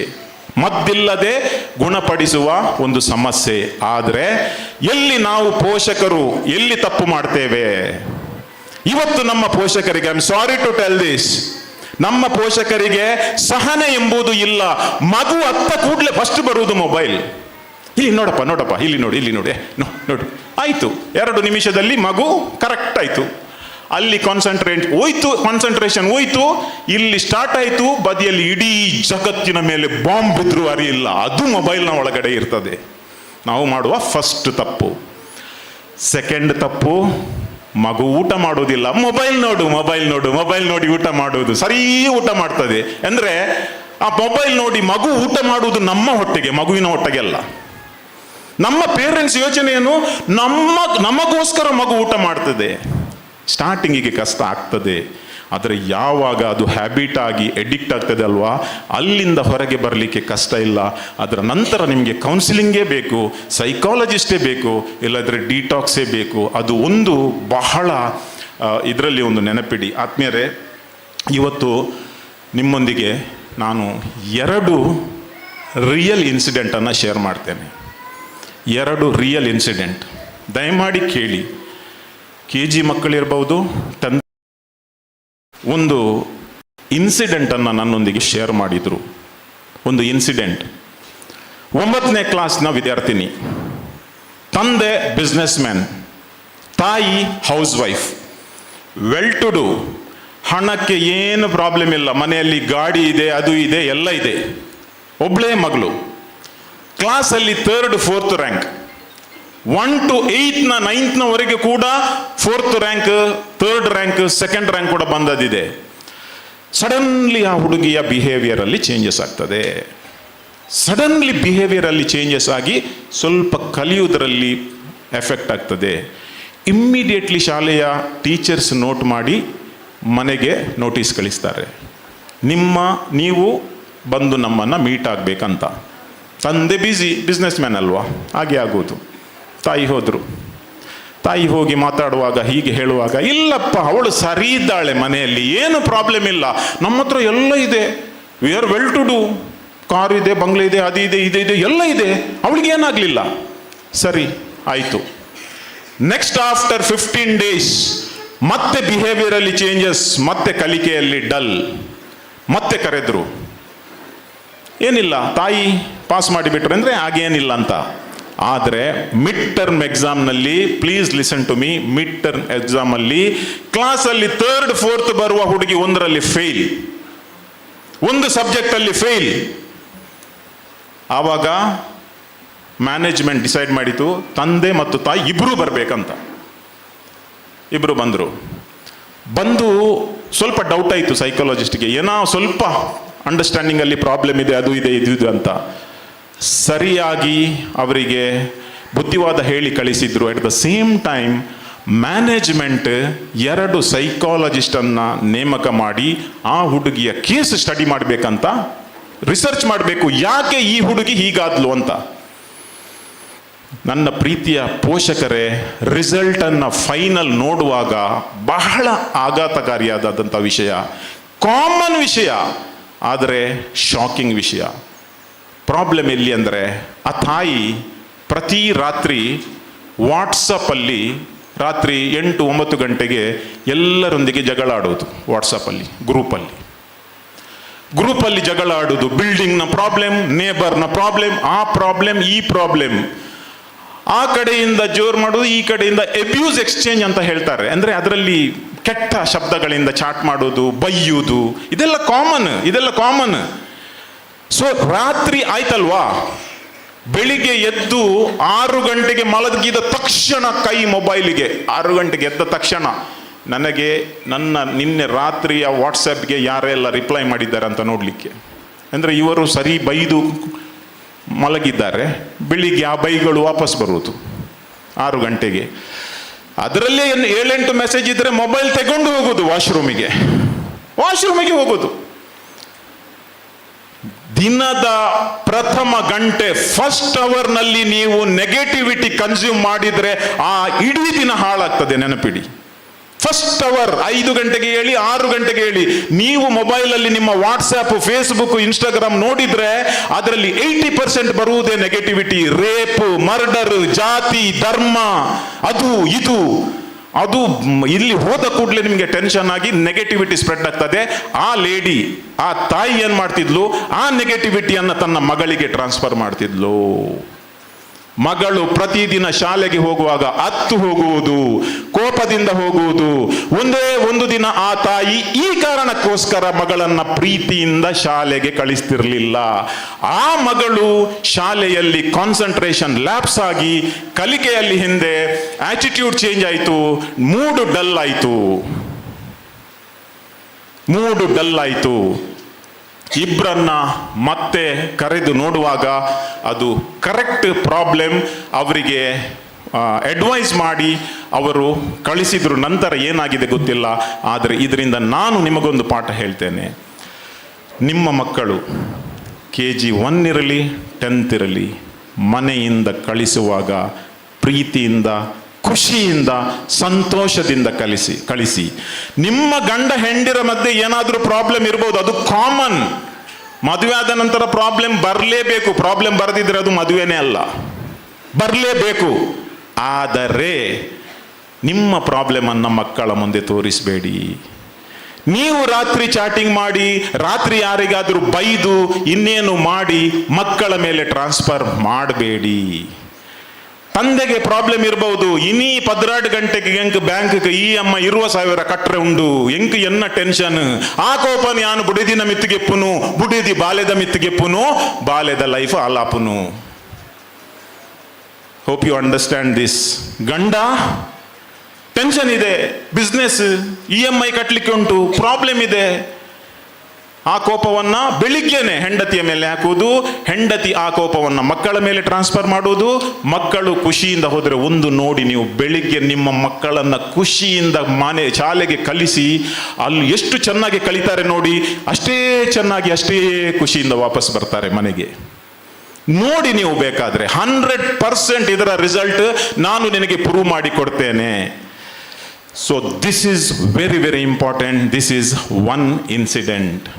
The second incident, which is little bit disturbing, ಆದರೆ ರಿಯಲ್ ಇನ್ಸಿಡೆಂಟ್ ಲಾಸ್ಟ್ ಇಯರ್ ಈ ಘಟನೆ ನಾನು ಟೈಮ್ಸ್ ಆಫ್ ಇಂಡಿಯಾದಲ್ಲಿ ಓದಿದ್ದು. ಒಂದು ಮುಂಬೈಯಲ್ಲಿ ಒಂದು ಮನೆಯಲ್ಲಿ ಗಂಡ ಹೆಂಡತಿ also very good, they are well to do. ಒಬ್ಬ ಮಗ SSLC ಪಾಸಾಗಿ ಫಸ್ಟ್ ಇಯರ್ PUC ಬಂದಿದ್ದಾನೆ. ತಾಯಿ ಏನಂದ್ರೆ ರಾತ್ರಿ 9 ಗಂಟೆಗೆ ಹಿಂದಿ ಸೀರಿಯಲ್ ನೋಡ್ಬೇಕು ಅವರಿಗೆ. ಏನು ತಪ್ಪಿಲ್ಲ ಪಾಪ, ನಮ್ಗೆಲ್ರಿಗೂ ನೋಡಬೇಕಲ್ಲ, ಇಡೀ ದಿನ ಕೆಲಸ ಮಾಡಿ ಖಾಲಿ ಗಂಡನ ಮತ್ತು ಮಕ್ಕಳ ಚಾಕರಿ ಮಾಡೋದೇ ಕೆಲಸವ ನಮ್ಮದು, ನಮಗೆ ಲೈಫ್ ಇಲ್ವಾ? C, this is the philosophy. ಆದರೆ ಏನಾಯಿತು ಅಂದರೆ ಈ TV ಬರುವಾಗ ಈ ಹುಡುಗ ಬಂದ, ಮಗ ಬಂದು ಹೇಳಿದ, ನನಗೆ ಒಂದು ಕ್ರಿಕೆಟ್ ಮ್ಯಾಚ್ ನಡೀತಾ ಇದೆ ಲೈವ್ ನೋಡ್ಬೇಕಂತ. ತಾಯಿ ಹೇಳಿದ್ರು, ಇಲ್ಲ ನಂದು ಸೀರಿಯಲ್, ಇದು ಮಿಸ್ ಆದರೆ ಹೋಯ್ತು. ಏನು ಮಾಡೋದು? ಮಗ ಹಠ ಹಿಡಿದ. ತಾಯಿ ಹೇಳಿದ್ರು, ತಗೋ ಮೊಬೈಲ್ ತಗೋ, ನೀ ನೋಡು. ನಾವೆಲ್ಲರೂ ಮಾಡೋದಷ್ಟೇ. ಮಕ್ಕಳು ನಾವು TV ನೋಡುವಾಗ ಬಂದು ಡಿಸ್ಟರ್ಬ್ ಮಾಡಿದರೆ ಮೊದಲು ಮೊಬೈಲ್ ಮಕ್ಕಳ ಕೈಯಲ್ಲಿ ಕೊಡುವುದು, ಅವರು ಅಲ್ಲೇ ಇರ್ತಾರೆ ಖುಷಿಯಲ್ಲಿ ಅಂತ. ಆದರೆ ಆ ಮಗ ಹೋಗಿ ಆಡಿದ. ಸಡನ್ ಆಗಿ ಇನ್ ಬಿಟ್ವೀನ್ ಒಂದು SMS ಬಂತು. ಆ SMS ನಿಮಗೆ ಸ್ಕ್ಯಾಮ್ನ ಬಗ್ಗೆ ಗೊತ್ತು. ಆನ್ಲೈನಲ್ಲಿ ಕಳ್ಳರ ಕಾಟ ಜಾಸ್ತಿ ಆಗಿದೆ, ಇಲ್ಲಿ ಎಲ್ಲ ಕಡಿಮೆ ಆಗಿದೆ. ಈಗ ಮೊದಲು ಮನೆಗೆ ಬಂದು ಕನ್ನ ಹಾಕ್ತಿದ್ರು, ಈಗ ಆನ್ಲೈನ್ ಆಗಿ ಲಕ್ಷಗಟ್ಟಲೆ. ಮೊದಲು 100-200 ಕೊಂಡು ಹೋಗ್ತಿದ್ರು, ಈಗ ಲಕ್ಷ ಕೋಟಿಯನ್ನು ಕೊಂಡೋಗ್ತಾರೆ, ಅಷ್ಟೇ ಡಿಫರೆನ್ಸ್. ಅಲ್ಲಿ SMS ಬಂತು, ಇವನಿಗೆ ಗೊತ್ತಿಲ್ಲ, OTP ಕೇಳಿದ್ರು, ಕೊಟ್ಟ. 2 ಲಕ್ಷ ರೂಪಾಯಿ ಹೋಯ್ತು. 2 ಲಕ್ಷ ರೂಪಾಯಿ ಹೋದಾಗ ಬ್ಯಾಲೆನ್ಸ್ ಅಮೌಂಟ್ 2 ಲಕ್ಷ ಹೋಯ್ತಂತ ಮೆಸೇಜ್ ನೋಡಿದ ಹುಡುಗ. ಹೆದರಿಕೆ ಆಯಿತು. ಈಗ ತಾಯಿ ಏನು ಹೇಳ್ಯಾರು, ಅಪ್ಪ ಏನು ಹೇಳ್ಯಾರು? ಬಹಳ ಸ್ಯಾಡ್ ಆಗಿ ತಾಯಿ ಹತ್ರ ಮೊಬೈಲ್ ಕೊಟ್ಟ, ಮೇಲೆ ರೂಮಿಗೆ ಹೋದ. He finished his life, he hanged. 10th pass 11. Now tell me, who is responsible? ನಾನು ತಾಯಿಗೆ ದೂರುವುದಿಲ್ಲ. ಆದರೆ ಒಂದು ಪ್ರಮಾದ ಆಗಿದೆ. ಏನೆಂದರೆ, ತಾಯಿ ಮಗನಿಗೆ ಮೊಬೈಲ್ ಕೊಟ್ಟಿದ್ದಾಳೆ, ಆದರೆ ಇದು ನಿಮ್ಮೆಲ್ಲರ ಕರ್ತವ್ಯ. ಮೊಬೈಲ್ ಕೊಟ್ಟಾಗ ಅವರು ಮೊಬೈಲಲ್ಲಿ ಏನು ಮಾಡ್ತಾರೆ, this is very very important. 1 ವರ್ಷದ ಮಗು ಇರಲಿ, 5 ವರ್ಷದ ಇರಲಿ, 10 ವರ್ಷದ ಇರಲಿ, ಮಕ್ಕಳಿಗೆ ಮೊಬೈಲ್ ಕೊಡಬೇಡಿ ಅಂತ ಈಗ ಯಾರು ಕೂಡ ಹೇಳಲ್ಲ. ಹೇಳಿದ್ರು ಅದು ತಪ್ಪು. ಮಕ್ಕಳ ಕೈಯಲ್ಲಿ ಮೊಬೈಲ್ ಕೊಡಿ, ಏನು ಪ್ರಾಬ್ಲಮ್ ಇಲ್ಲ. ಬೆಳಿಗ್ಗೆ ಒಂದು ಅರ್ಧ ಗಂಟೆ, ಸಾಯಂಕಾಲ 1 ಗಂಟೆ ಕೊಡಿ. ಆದರೆ ಅವರು ಮೊಬೈಲಲ್ಲಿ ಏನು ಮಾಡ್ತಾರಂತ ನೋಡಿ. ಯಾವಾಗ ನೀವು ನಿಮ್ಮ ಕೆಲಸ ಮಾಡಿ ಅವರು ಅವರ ಕೆಲಸ ಮಾಡ್ತಾರಾ? ಕೇವಲ ಈ ಸ್ಕ್ಯಾಮ್ ಅದು ಒಂದು ರೀಸನ್ ಅಷ್ಟೇ. ಆದರೆ ಆನ್ಲೈನ್ ಇಂಟರ್ನೆಟ್ ಅಲ್ಲಿ ಈಗ ಲಾಕ್ ಇಲ್ಲ, ಬೇಕಾದದ್ದು ನೋಡಬಹುದು, ಏನು ಕೂಡ ಮಾಡಬಹುದು. ಹೆಚ್ಚಾಗಿ ನಮ್ಮ ತಾಯಂದಿರ ಮೊಬೈಲಲ್ಲಿ ಲಾಕ್ ಇರುವುದಿಲ್ಲ. ಮಕ್ಕಳಿಗೆ ಬಾರಿ ಈಸಿ ಬಂದು ಓಪನ್ ಮಾಡಲಿಕ್ಕೆ, ತಂದೆ ಹತ್ರ ಕೇಳುವುದಿಲ್ಲ. ತಂದೆಯಂದಿರ ಮೊಬೈಲಿಗೆ, ಒಂದೊಂದು ಮೊಬೈಲಿಗೆ 4 ಲಾಕ್ ಇರ್ತದೆ. ವಾಟ್ಸಪ್ಗೆ ಒಂದು ಲಾಕ್, ಇನ್ನೊಂದಕ್ಕೆ ಎಲ್ಲದಕ್ಕೂ ಲಾಕ್ ಇರ್ತದೆ. I mean joking. So be careful. ಮಕ್ಕಳ ಕೈಯಲ್ಲಿ ಮೊಬೈಲ್ ಕೊಟ್ಟರು ಕೂಡ ಅವರು ಏನು ಮಾಡ್ತಾರೆ ಇದನ್ನು ನೀವು ಚೆನ್ನಾಗಿ ನೋಡಿ. ಯಾಕೆಂದರೆ ನೀವು ನಿಮ್ಮ ಮಕ್ಕಳೆಂದರೆ ಒಂದು ಏಜ್ನ ತನಕ ನಿಮ್ಮ ಇಂಡಿಪೆಂಡೆಂಟ್ ಆಗಿ ಮಕ್ಕಳಿಗೆ ಮೊಬೈಲ್ ಕೊಡಬೇಕಾದ್ರೆ ಅದೊಂದು ಟೈಮ್ ಬರಬೇಕು. ನನ್ನ ಸಜೆಷನ್, PUC ಆಗುವ ತನಕ ಮಕ್ಕಳಿಗೆ ಇಂಡಿಪೆಂಡೆಂಟ್ ಆಗಿ ಮೊಬೈಲ್ ಕೊಡಬೇಡಿ. ನಿಮ್ಮ ಮೊಬೈಲ್ ಯೂಸ್ ಮಾಡಲಿ. ನೀವು ಏನು ತಂದೆ ಅಥವಾ ತಾಯಿ ಇಬ್ಬರಿಗೂ ಈಕ್ವಲ್ ರೆಸ್ಪಾನ್ಸಿಬಿಲಿಟಿ ಇದೆ. ಆದ್ದರಿಂದ ದಯಮಾಡಿ ಈ 2 ಮಾತುಗಳನ್ನು, ಈ ಇನ್ಸಿಡೆಂಟ್ಗಳನ್ನು ನಿಮ್ಮ ಮನಸ್ಸಿನಲ್ಲಿಡಿ. ಇದನ್ನು ಮನಸ್ಸಿನಲ್ಲಿ ಇಟ್ಟರೆ ನಿಮ್ಮ ಮಕ್ಕಳ ಮೇಲೆ ನಿಮಗೆ ಯಾವತ್ತೂ ಕೂಡ ಈ ಮೊಬೈಲ್ ಡಿಟಾಕ್ಸ್, ಡಿಪ್ರೆಷನ್, ಆಂಗ್ಸೈಟಿ ಯಾವತ್ತೂ ಬರಲಿಕ್ಕೆ ಚಾನ್ಸ್ ಇಲ್ಲ. ಯಾಕಂದರೆ ನೀವು ಪ್ರಾಕ್ಟಿಕಲಿ ನೋಡಿ, ಒಂದು ವೇಳೆ ಆಲ್ರೆಡಿ ನೀವು ಆ ಒಂದು ಸ್ಟೇಜಲ್ಲಿ ಇದ್ದೀರಿ, ಈಗ ನಾನು ಆಲ್ರೆಡಿ ನಮ್ಮ ಮಗ ಎಡಿಕ್ಟ್ ಆಗಿ ಬಿಟ್ಟಿದ್ದಾನೆ, then please consult counsellors immediately. ಶಾಲೆಯಲ್ಲಿದ್ದರೆ ಶಾಲೆ, ಇಲ್ಲದಿದ್ದರೆ ಯಾರಾದರೂ ಸೈಕಾಲಜಿಸ್ಟ್. ನಾನು ಹೇಳಿದೆ, ಅದು ರೋಗ ಅಲ್ಲ, ಏನು ಹೆದರಬೇಡಿ, ಏನು ನಾಚಿಕೆ ಪಡಬೇಡಿ. ಅದು ರೋಗ ಅಲ್ಲ, ಅದೊಂದು ಸಮಸ್ಯೆ. ಆ ಸಮಸ್ಯೆಗೆ ಮೆಡಿಸಿನ್ ತಗೊಳ್ಳದೆ ನಾವು ಪರಿಹಾರ ಮಾಡಬಹುದು. ವಿದೌಟ್ ಮೆಡಿಸಿನ್ ನಾವು ಪರಿಹಾರ ಮಾಡಬಹುದು. ಓಕೆ, ಇದು ಫಸ್ಟ್ ನಾವು ಫೇಸ್ ಮಾಡುವ ಚಾಲೆಂಜಸ್. ನಾನೀಗ ಸೆಕೆಂಡ್ ಹಂತಕ್ಕೆ ಬರ್ತೇನೆ. ಈ ಸೆಕೆಂಡ್ ಹಂತ ಹೇಗೆ ಅಂದರೆ, ನಾವೆಲ್ಲರೂ ಈ ತಪ್ಪನ್ನು ಮಾಡ್ತೇವೆ. ನಾನು 5 ಕಾಮನ್ ಮಿಸ್ಟೇಕನ್ನು ನಿಮಗೆ ಹೇಳ್ತೇನೆ. ನಂಬರ್ 1 ಮಿಸ್ಟೇಕ್ ನಾವು ಮಾಡೋದೇನೆಂದರೆ, ಮಕ್ಕಳು ಏನು ಕೇಳ್ತಾರೆ ಅದನ್ನು ಕೊಡ್ತೇವೆ, ಅವರಿಗೆ ಏನು ಬೇಕು ಅಂತ ನಾವು ನೋಡುವುದು ಬಹಳ ಕಡಿಮೆ. ಯಾವಾಗಲೂ ಮಕ್ಕಳಿಗೆ ಏನು ಬೇಕು ಅದನ್ನು ಕೊಡಿ, ಏನನ್ನು ಕೇಳ್ತಾರೆ ಅದನ್ನು ಕೊಡಬೇಡಿ, ಮತ್ತು ಕೇಳಿದ್ದಕ್ಕಿಂತ ಜಾಸ್ತಿ ಕೊಡಬೇಡಿ. ನಾನು ಹೇಳ್ತೇನೆ, ನಾನು ದುಬೈಯಲ್ಲಿದ್ದೆ 20 ವರ್ಷ. ನನ್ನ 2 ಮಕ್ಕಳು ಹುಟ್ಟಿದ್ದಲ್ಲಿ. ನಾನು ಅಪರೂಪಕ್ಕೆ ನನ್ನ ಈ 3ನೇ ಮಗು ಆಗುವ ಮುಂಚೆ 2ರನ್ನು ಕರ್ಕೊಂಡು ಶಾಪಿಂಗ್ ಮಾಲಿಗೆ ಹೋಗ್ತಿದ್ದೆ. ಹೋಗುವಾಗ ಒಮ್ಮೆ ನನ್ನ ಮಗಳು ಕೇಳಿದೆ, ನಾನು ಏನು ಬೇಕು ಕೇಳು ಅಂತ. ಅಂದರೆ ಒಂದು ಗತ್ತು, ಅಪ್ಪ ಶಾಪಿಂಗಿಗೆ ಕೊಂಡೋಗುವಾಗ ಹಾಗೆ ಇರ್ತದೆ, ಗೊತ್ತು ನಿಮಗೆಲ್ಲ, ನನಗೆ ಗೊತ್ತು. ಏನು ಬೇಕು, ಒಂದು ಒಳ್ಳೆಯ ಚಾಕ್ಲೇಟನ್ನು, ಒಂದು ಚಾಕ್ಲೇಟ್ ಅಂತ. ನನ್ನ ಚರ್ಬಿ ನೋಡಿ ಅವಳು ಕೇಳಿದ್ದು 1, ನಾನು ಕೊಟ್ಟದ್ದು 5. ನಾನು ಕೊಟ್ಟದ್ದು 5, ಸತ್ಯ ಹೇಳ್ತೇನೆ, 5. ಅಭ್ಯಾಸ ಆಯಿತು. ಮುಂದೆ 1 ಇದ್ದದ್ದು 2 ಕೇಳಲಿಕ್ಕೆ ಸ್ಟಾರ್ಟ್ ಆಯಿತು, ನಾನು ಕೊಡೋದು 5. ಅಲ್ಲಿ ಚಾಕ್ಲೇಟ್ ಆದರೂ ಪರವಾಗಿಲ್ಲ. ಈಗ ಅವರು ದೊಡ್ಡವರಾಗಿದ್ದಾರೆ, ಈಗ ಬ್ರಾಂಡೆಡ್ ಡ್ರೆಸ್ 1 ಕೇಳ್ತಾರೆ ಮತ್ತು 5 ಕೇಳ್ತಾರೆ. 1 ಕೇಳೋದು ಅವರು ಎಕ್ಸ್ಪೆಕ್ಟ್ ಮಾಡೋದು ನಾನು 5 ಕೊಡುವುದು ಅಂತ. ಚಾಕ್ಲೇಟ್ 5 ಕೊಡಬಹುದು, ಈಗ ಬ್ರಾಂಡೆಡ್ ಡ್ರೆಸ್ ನಾನೆಲ್ಲಿಂದ ಕೊಡ್ಲಿ 5? ಅಭ್ಯಾಸ ಮಾಡಿದ್ದು ನನ್ನನ್ನು ಹೊಡಿಬೇಕಲ್ಲ. ತಪ್ಪು ಮಾಡಬೇಡಿ, ಆ ತಪ್ಪನ್ನು ಮಾಡಬೇಡಿ. 1 ಬೇಕಿದ್ರೆ 1 ಕೊಡಿ. ನಮ್ಮ ಹತ್ರ ಎಷ್ಟು ಶ್ರೀಮಂತಿಗೆ ಕೂಡ ಇರಬಹುದು, ಮಕ್ಕಳ ಹತ್ರ ತೋರಿಸೋದು ಬೇಡ. ನಾವು ಮಕ್ಕಳ ಹತ್ರ ನಮ್ಮ ಬಡತನವನ್ನೇ ಮಾತಾಡುವ. ದಾಲ ಇಜ್ಜಿ ಮಗ, ಬಯ್ಯ ಡುಂಡ ಇಜ್ಜ, ಅದರಲ್ಲೇ ಬೆಳೀಲಿ. ನಾವೆಲ್ಲ ಅದರಲ್ಲೇ ಬೆಳೆದದ್ದು. ಮತ್ತೆ ನೋಡಿದೆಲ್ಲ ಜಗತ್ತು ನೋಡಿದ್ದು. ಮತ್ತೆ ದಾಲ ಅವರ ಹತ್ರ ಕೂಡಿ ದಾಲೆ ನಿಕುಲ್ಪುರಕ್ಕೆ ಏನು ನೋಡ್ತೀಯ ಅಲ್ಪ ಮಕ್ಕಳೇ, ನಿಮ್ಗಲ್ಲ ಹೇಳಿದ್ದದು. ಮತ್ತೆ ಅವರು ಮಕ್ಕಳು ಹೋದ್ರ ಮತ್ತೆ ಅವರಿಗೆ ನೀವು ನಾಟಕ ಮಾಡ್ತಾರೆ ಅಂತ ಗೊತ್ತಾಗಬಾರ್ದು. So this is first thing. ಅವರಿಗೆ ಏನು ಬೇಕು ಅದನ್ನು ಕೊಡಿ, ಏನು ಕೇಳ್ತಾರೆ ಅದನ್ನು ಕೊಡಬೇಡಿ. ಸೆಕೆಂಡ್ ಮಿಸ್ಟೇಕ್, ನಮ್ಮ ಶಾಲೆಯಲ್ಲಿ ಮಗ ಸಿಂಗಿಂಗಲ್ಲಿ ಫಸ್ಟ್ ಬಂದ ಅಲ್ವಾ? ಸಿಂಗಿಂಗಲ್ಲಿ ಫಸ್ಟ್ ಬಂದ ನನ್ನ ಮಗ ಸೂಪರ್ ಸ್ಟಾರ್. ಅವನಿಗೆ ಮೀರಿ ಯಾರು ಕೂಡ ಇಲ್ಲ. ಮತ್ತೆ ಒಂದೊಂದು ಪೇಪರ್ನವರಿಗೆ ಕಾಲ್ ಮಾಡೋದು, ನಮಗೆ ಕ್ಲಾಸ್ ಇಡು ಸಿಂಗಿಂಗ್ ಇಡು ಫಸ್ಟ್ ಬೈದು ಒಂಜಿ ಪೇಪರ್ ಪೊಟ ಪಾಡಲೇ ಮಾಡೋದು. ಮೊದಲು ಸ್ಟಾರ್ ಮಾಡುವ ಮಕ್ಕಳನ್ನು, ಸೂಪರ್ ಸ್ಟಾರ್ ನಂತರ ಮಾಡುವ. ಆದರೆ ಇಲ್ಲಿ ವೆರಿ ಇಂಪಾರ್ಟೆಂಟ್ ಥಿಂಗ್, ನಿಮ್ಮ ಮಕ್ಕಳು ಶಾಲೆಯಿಂದ ಬಂದ ಕೂಡಲೇ ನೀವು, ನಮ್ಗೆ ಗೊತ್ತಿಲ್ಲ, ಸಿಟಿಯಲ್ಲಿ ದುಬೈಯಲ್ಲಿ ಅಲ್ಲಿ ಇಲ್ಲಿ ತುಂಬ ಕಡೆ ನೋಡಿದ್ದೇನೆ, ಒಂದು ಮಗು ಟಯರ್ಡ್ ಆಗಿ ಬರ್ತದೆ, ಒಂದು ಟ್ಯೂಷನ್ ಓಕೆ ಫೈನ್, ಇದೇನಿಲ್ಲ 5 ಎಕ್ಸ್ಟ್ರಾ ಕರಿಕ್ಯುಲರ್ ಆಕ್ಟಿವಿಟೀಸ್ಗೆ ಅಡ್ಮಿಟ್ ಮಾಡೋದು. ಒಂದು ಕರಾಟೆ ಯಾಕೆಂದರೆ ಬರಿತ ಇಲ್ಲದವರು ಕರಾಟೆ ಮಾಡ್ದಿರ್ ಮಗನ್, ಬದಿಯ ಇಲ್ಲದವರು ಕರಾಟೆಗೆ ಹಾಕಿದ್ದಾರೆ. ಸೆಕೆಂಡ್ ಮ್ಯೂಸಿಕ್ ಏನಂದ್ರೆ ಆಫೀಸಲ್ಲಿ ನಮ್ಮ ಕೊಲೀಗ್ನ ಕೊಲೀಗ್ನ ಮಗ ಮ್ಯೂಸಿಕ್ಕಿಗೆ ಹಾಕಿದ್ದಾನೆ, ನನ್ನ ಮಗ ಕೂಡ ಹೋಗ್ಲಿ. 3ನೇದು ಸ್ವಿಮ್ಮಿಂಗ್ ಯಾಕೆಂದ್ರೆ ಮೇಲಿನ ಫ್ಲಾಟಿನವರು ಸ್ವಿಮ್ಮಿಂಗಿಗೆ ಕಳಿಸ್ತಾರೆ. 5 karate, swimming, football, cricket, tennis, ಏನೆಲ್ಲ ಇದೆ. ಹಣ ಇದೆ, ನಮ್ಮ ಹತ್ರ ಹಣ ಇದೆ, ಎಲ್ಲ ಕಳಿಸೋದು. ನಮ್ಮದು ಹೇಗೆ ಗೊತ್ತಾ, 5 ಚಿಟ್ಟೆಗಳಿವೆ, ಒಂದೇ ಕೈಯಲ್ಲಿ ಹೋಗಿ ಹಿಡಿಯಿತು, ಒಂದು ಕೂಡ ಕೈಗೆ ಸಿಗುವುದಿಲ್ಲ. ನೆನಪಿಡಿ, 5 ಚಿಟ್ಟೆಗಳು ಒಟ್ಟಿಗಿರುವಾಗ ಬೇಕಾದ್ರೆ ಕ್ಯಾಚ್ ಮಾಡಲಿಕ್ಕೆ ನೋಡಿ, ಒಂದು ಕೂಡ ಸಿಗುವುದಿಲ್ಲ. ನಿಮಗೆ ಚಿಟ್ಟೆಗಳನ್ನು ಹಿಡಿಬೇಕಾ, ಒಂದೊಂದಾಗಿ ಹಿಡೀರಿ, ಬ್ಯೂಟಿಫುಲ್ ಆಗಿ ನಿಮಗೆ ನಿಮ್ಮ ಕೈಗೆ ಸಿಗ್ತವೆ.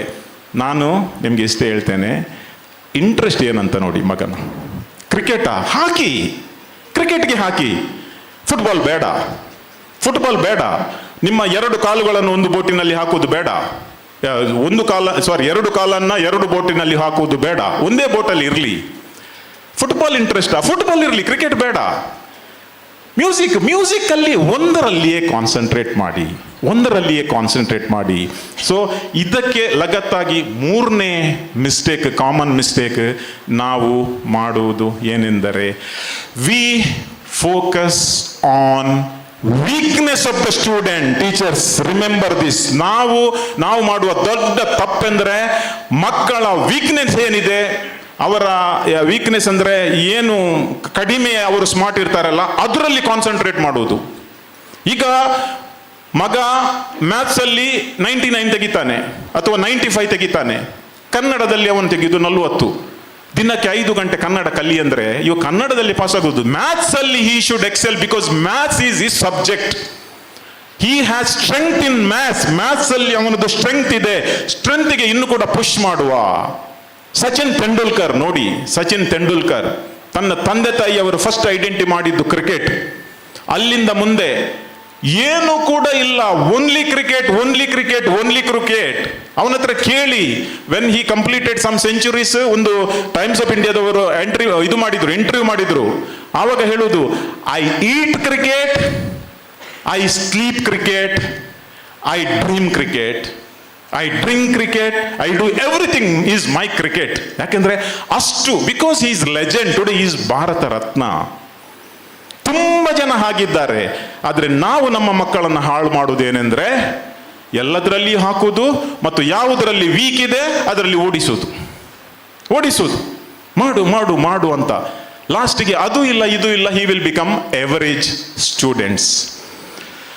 ನೆಕ್ಸ್ಟ್ ಪ್ರಾಬ್ಲಮ್, ನಮ್ಮ ಮಕ್ಕಳು, ಪೇರೆಂಟ್ಸ್, ನಮಗೆ ಎಲ್ರಿಗೂ ಕೂಡ ಇದು ಬಹಳ ಒಂದು ಕ್ಲೋಸ್ಲಿ ರಿಲೇಟೆಡ್.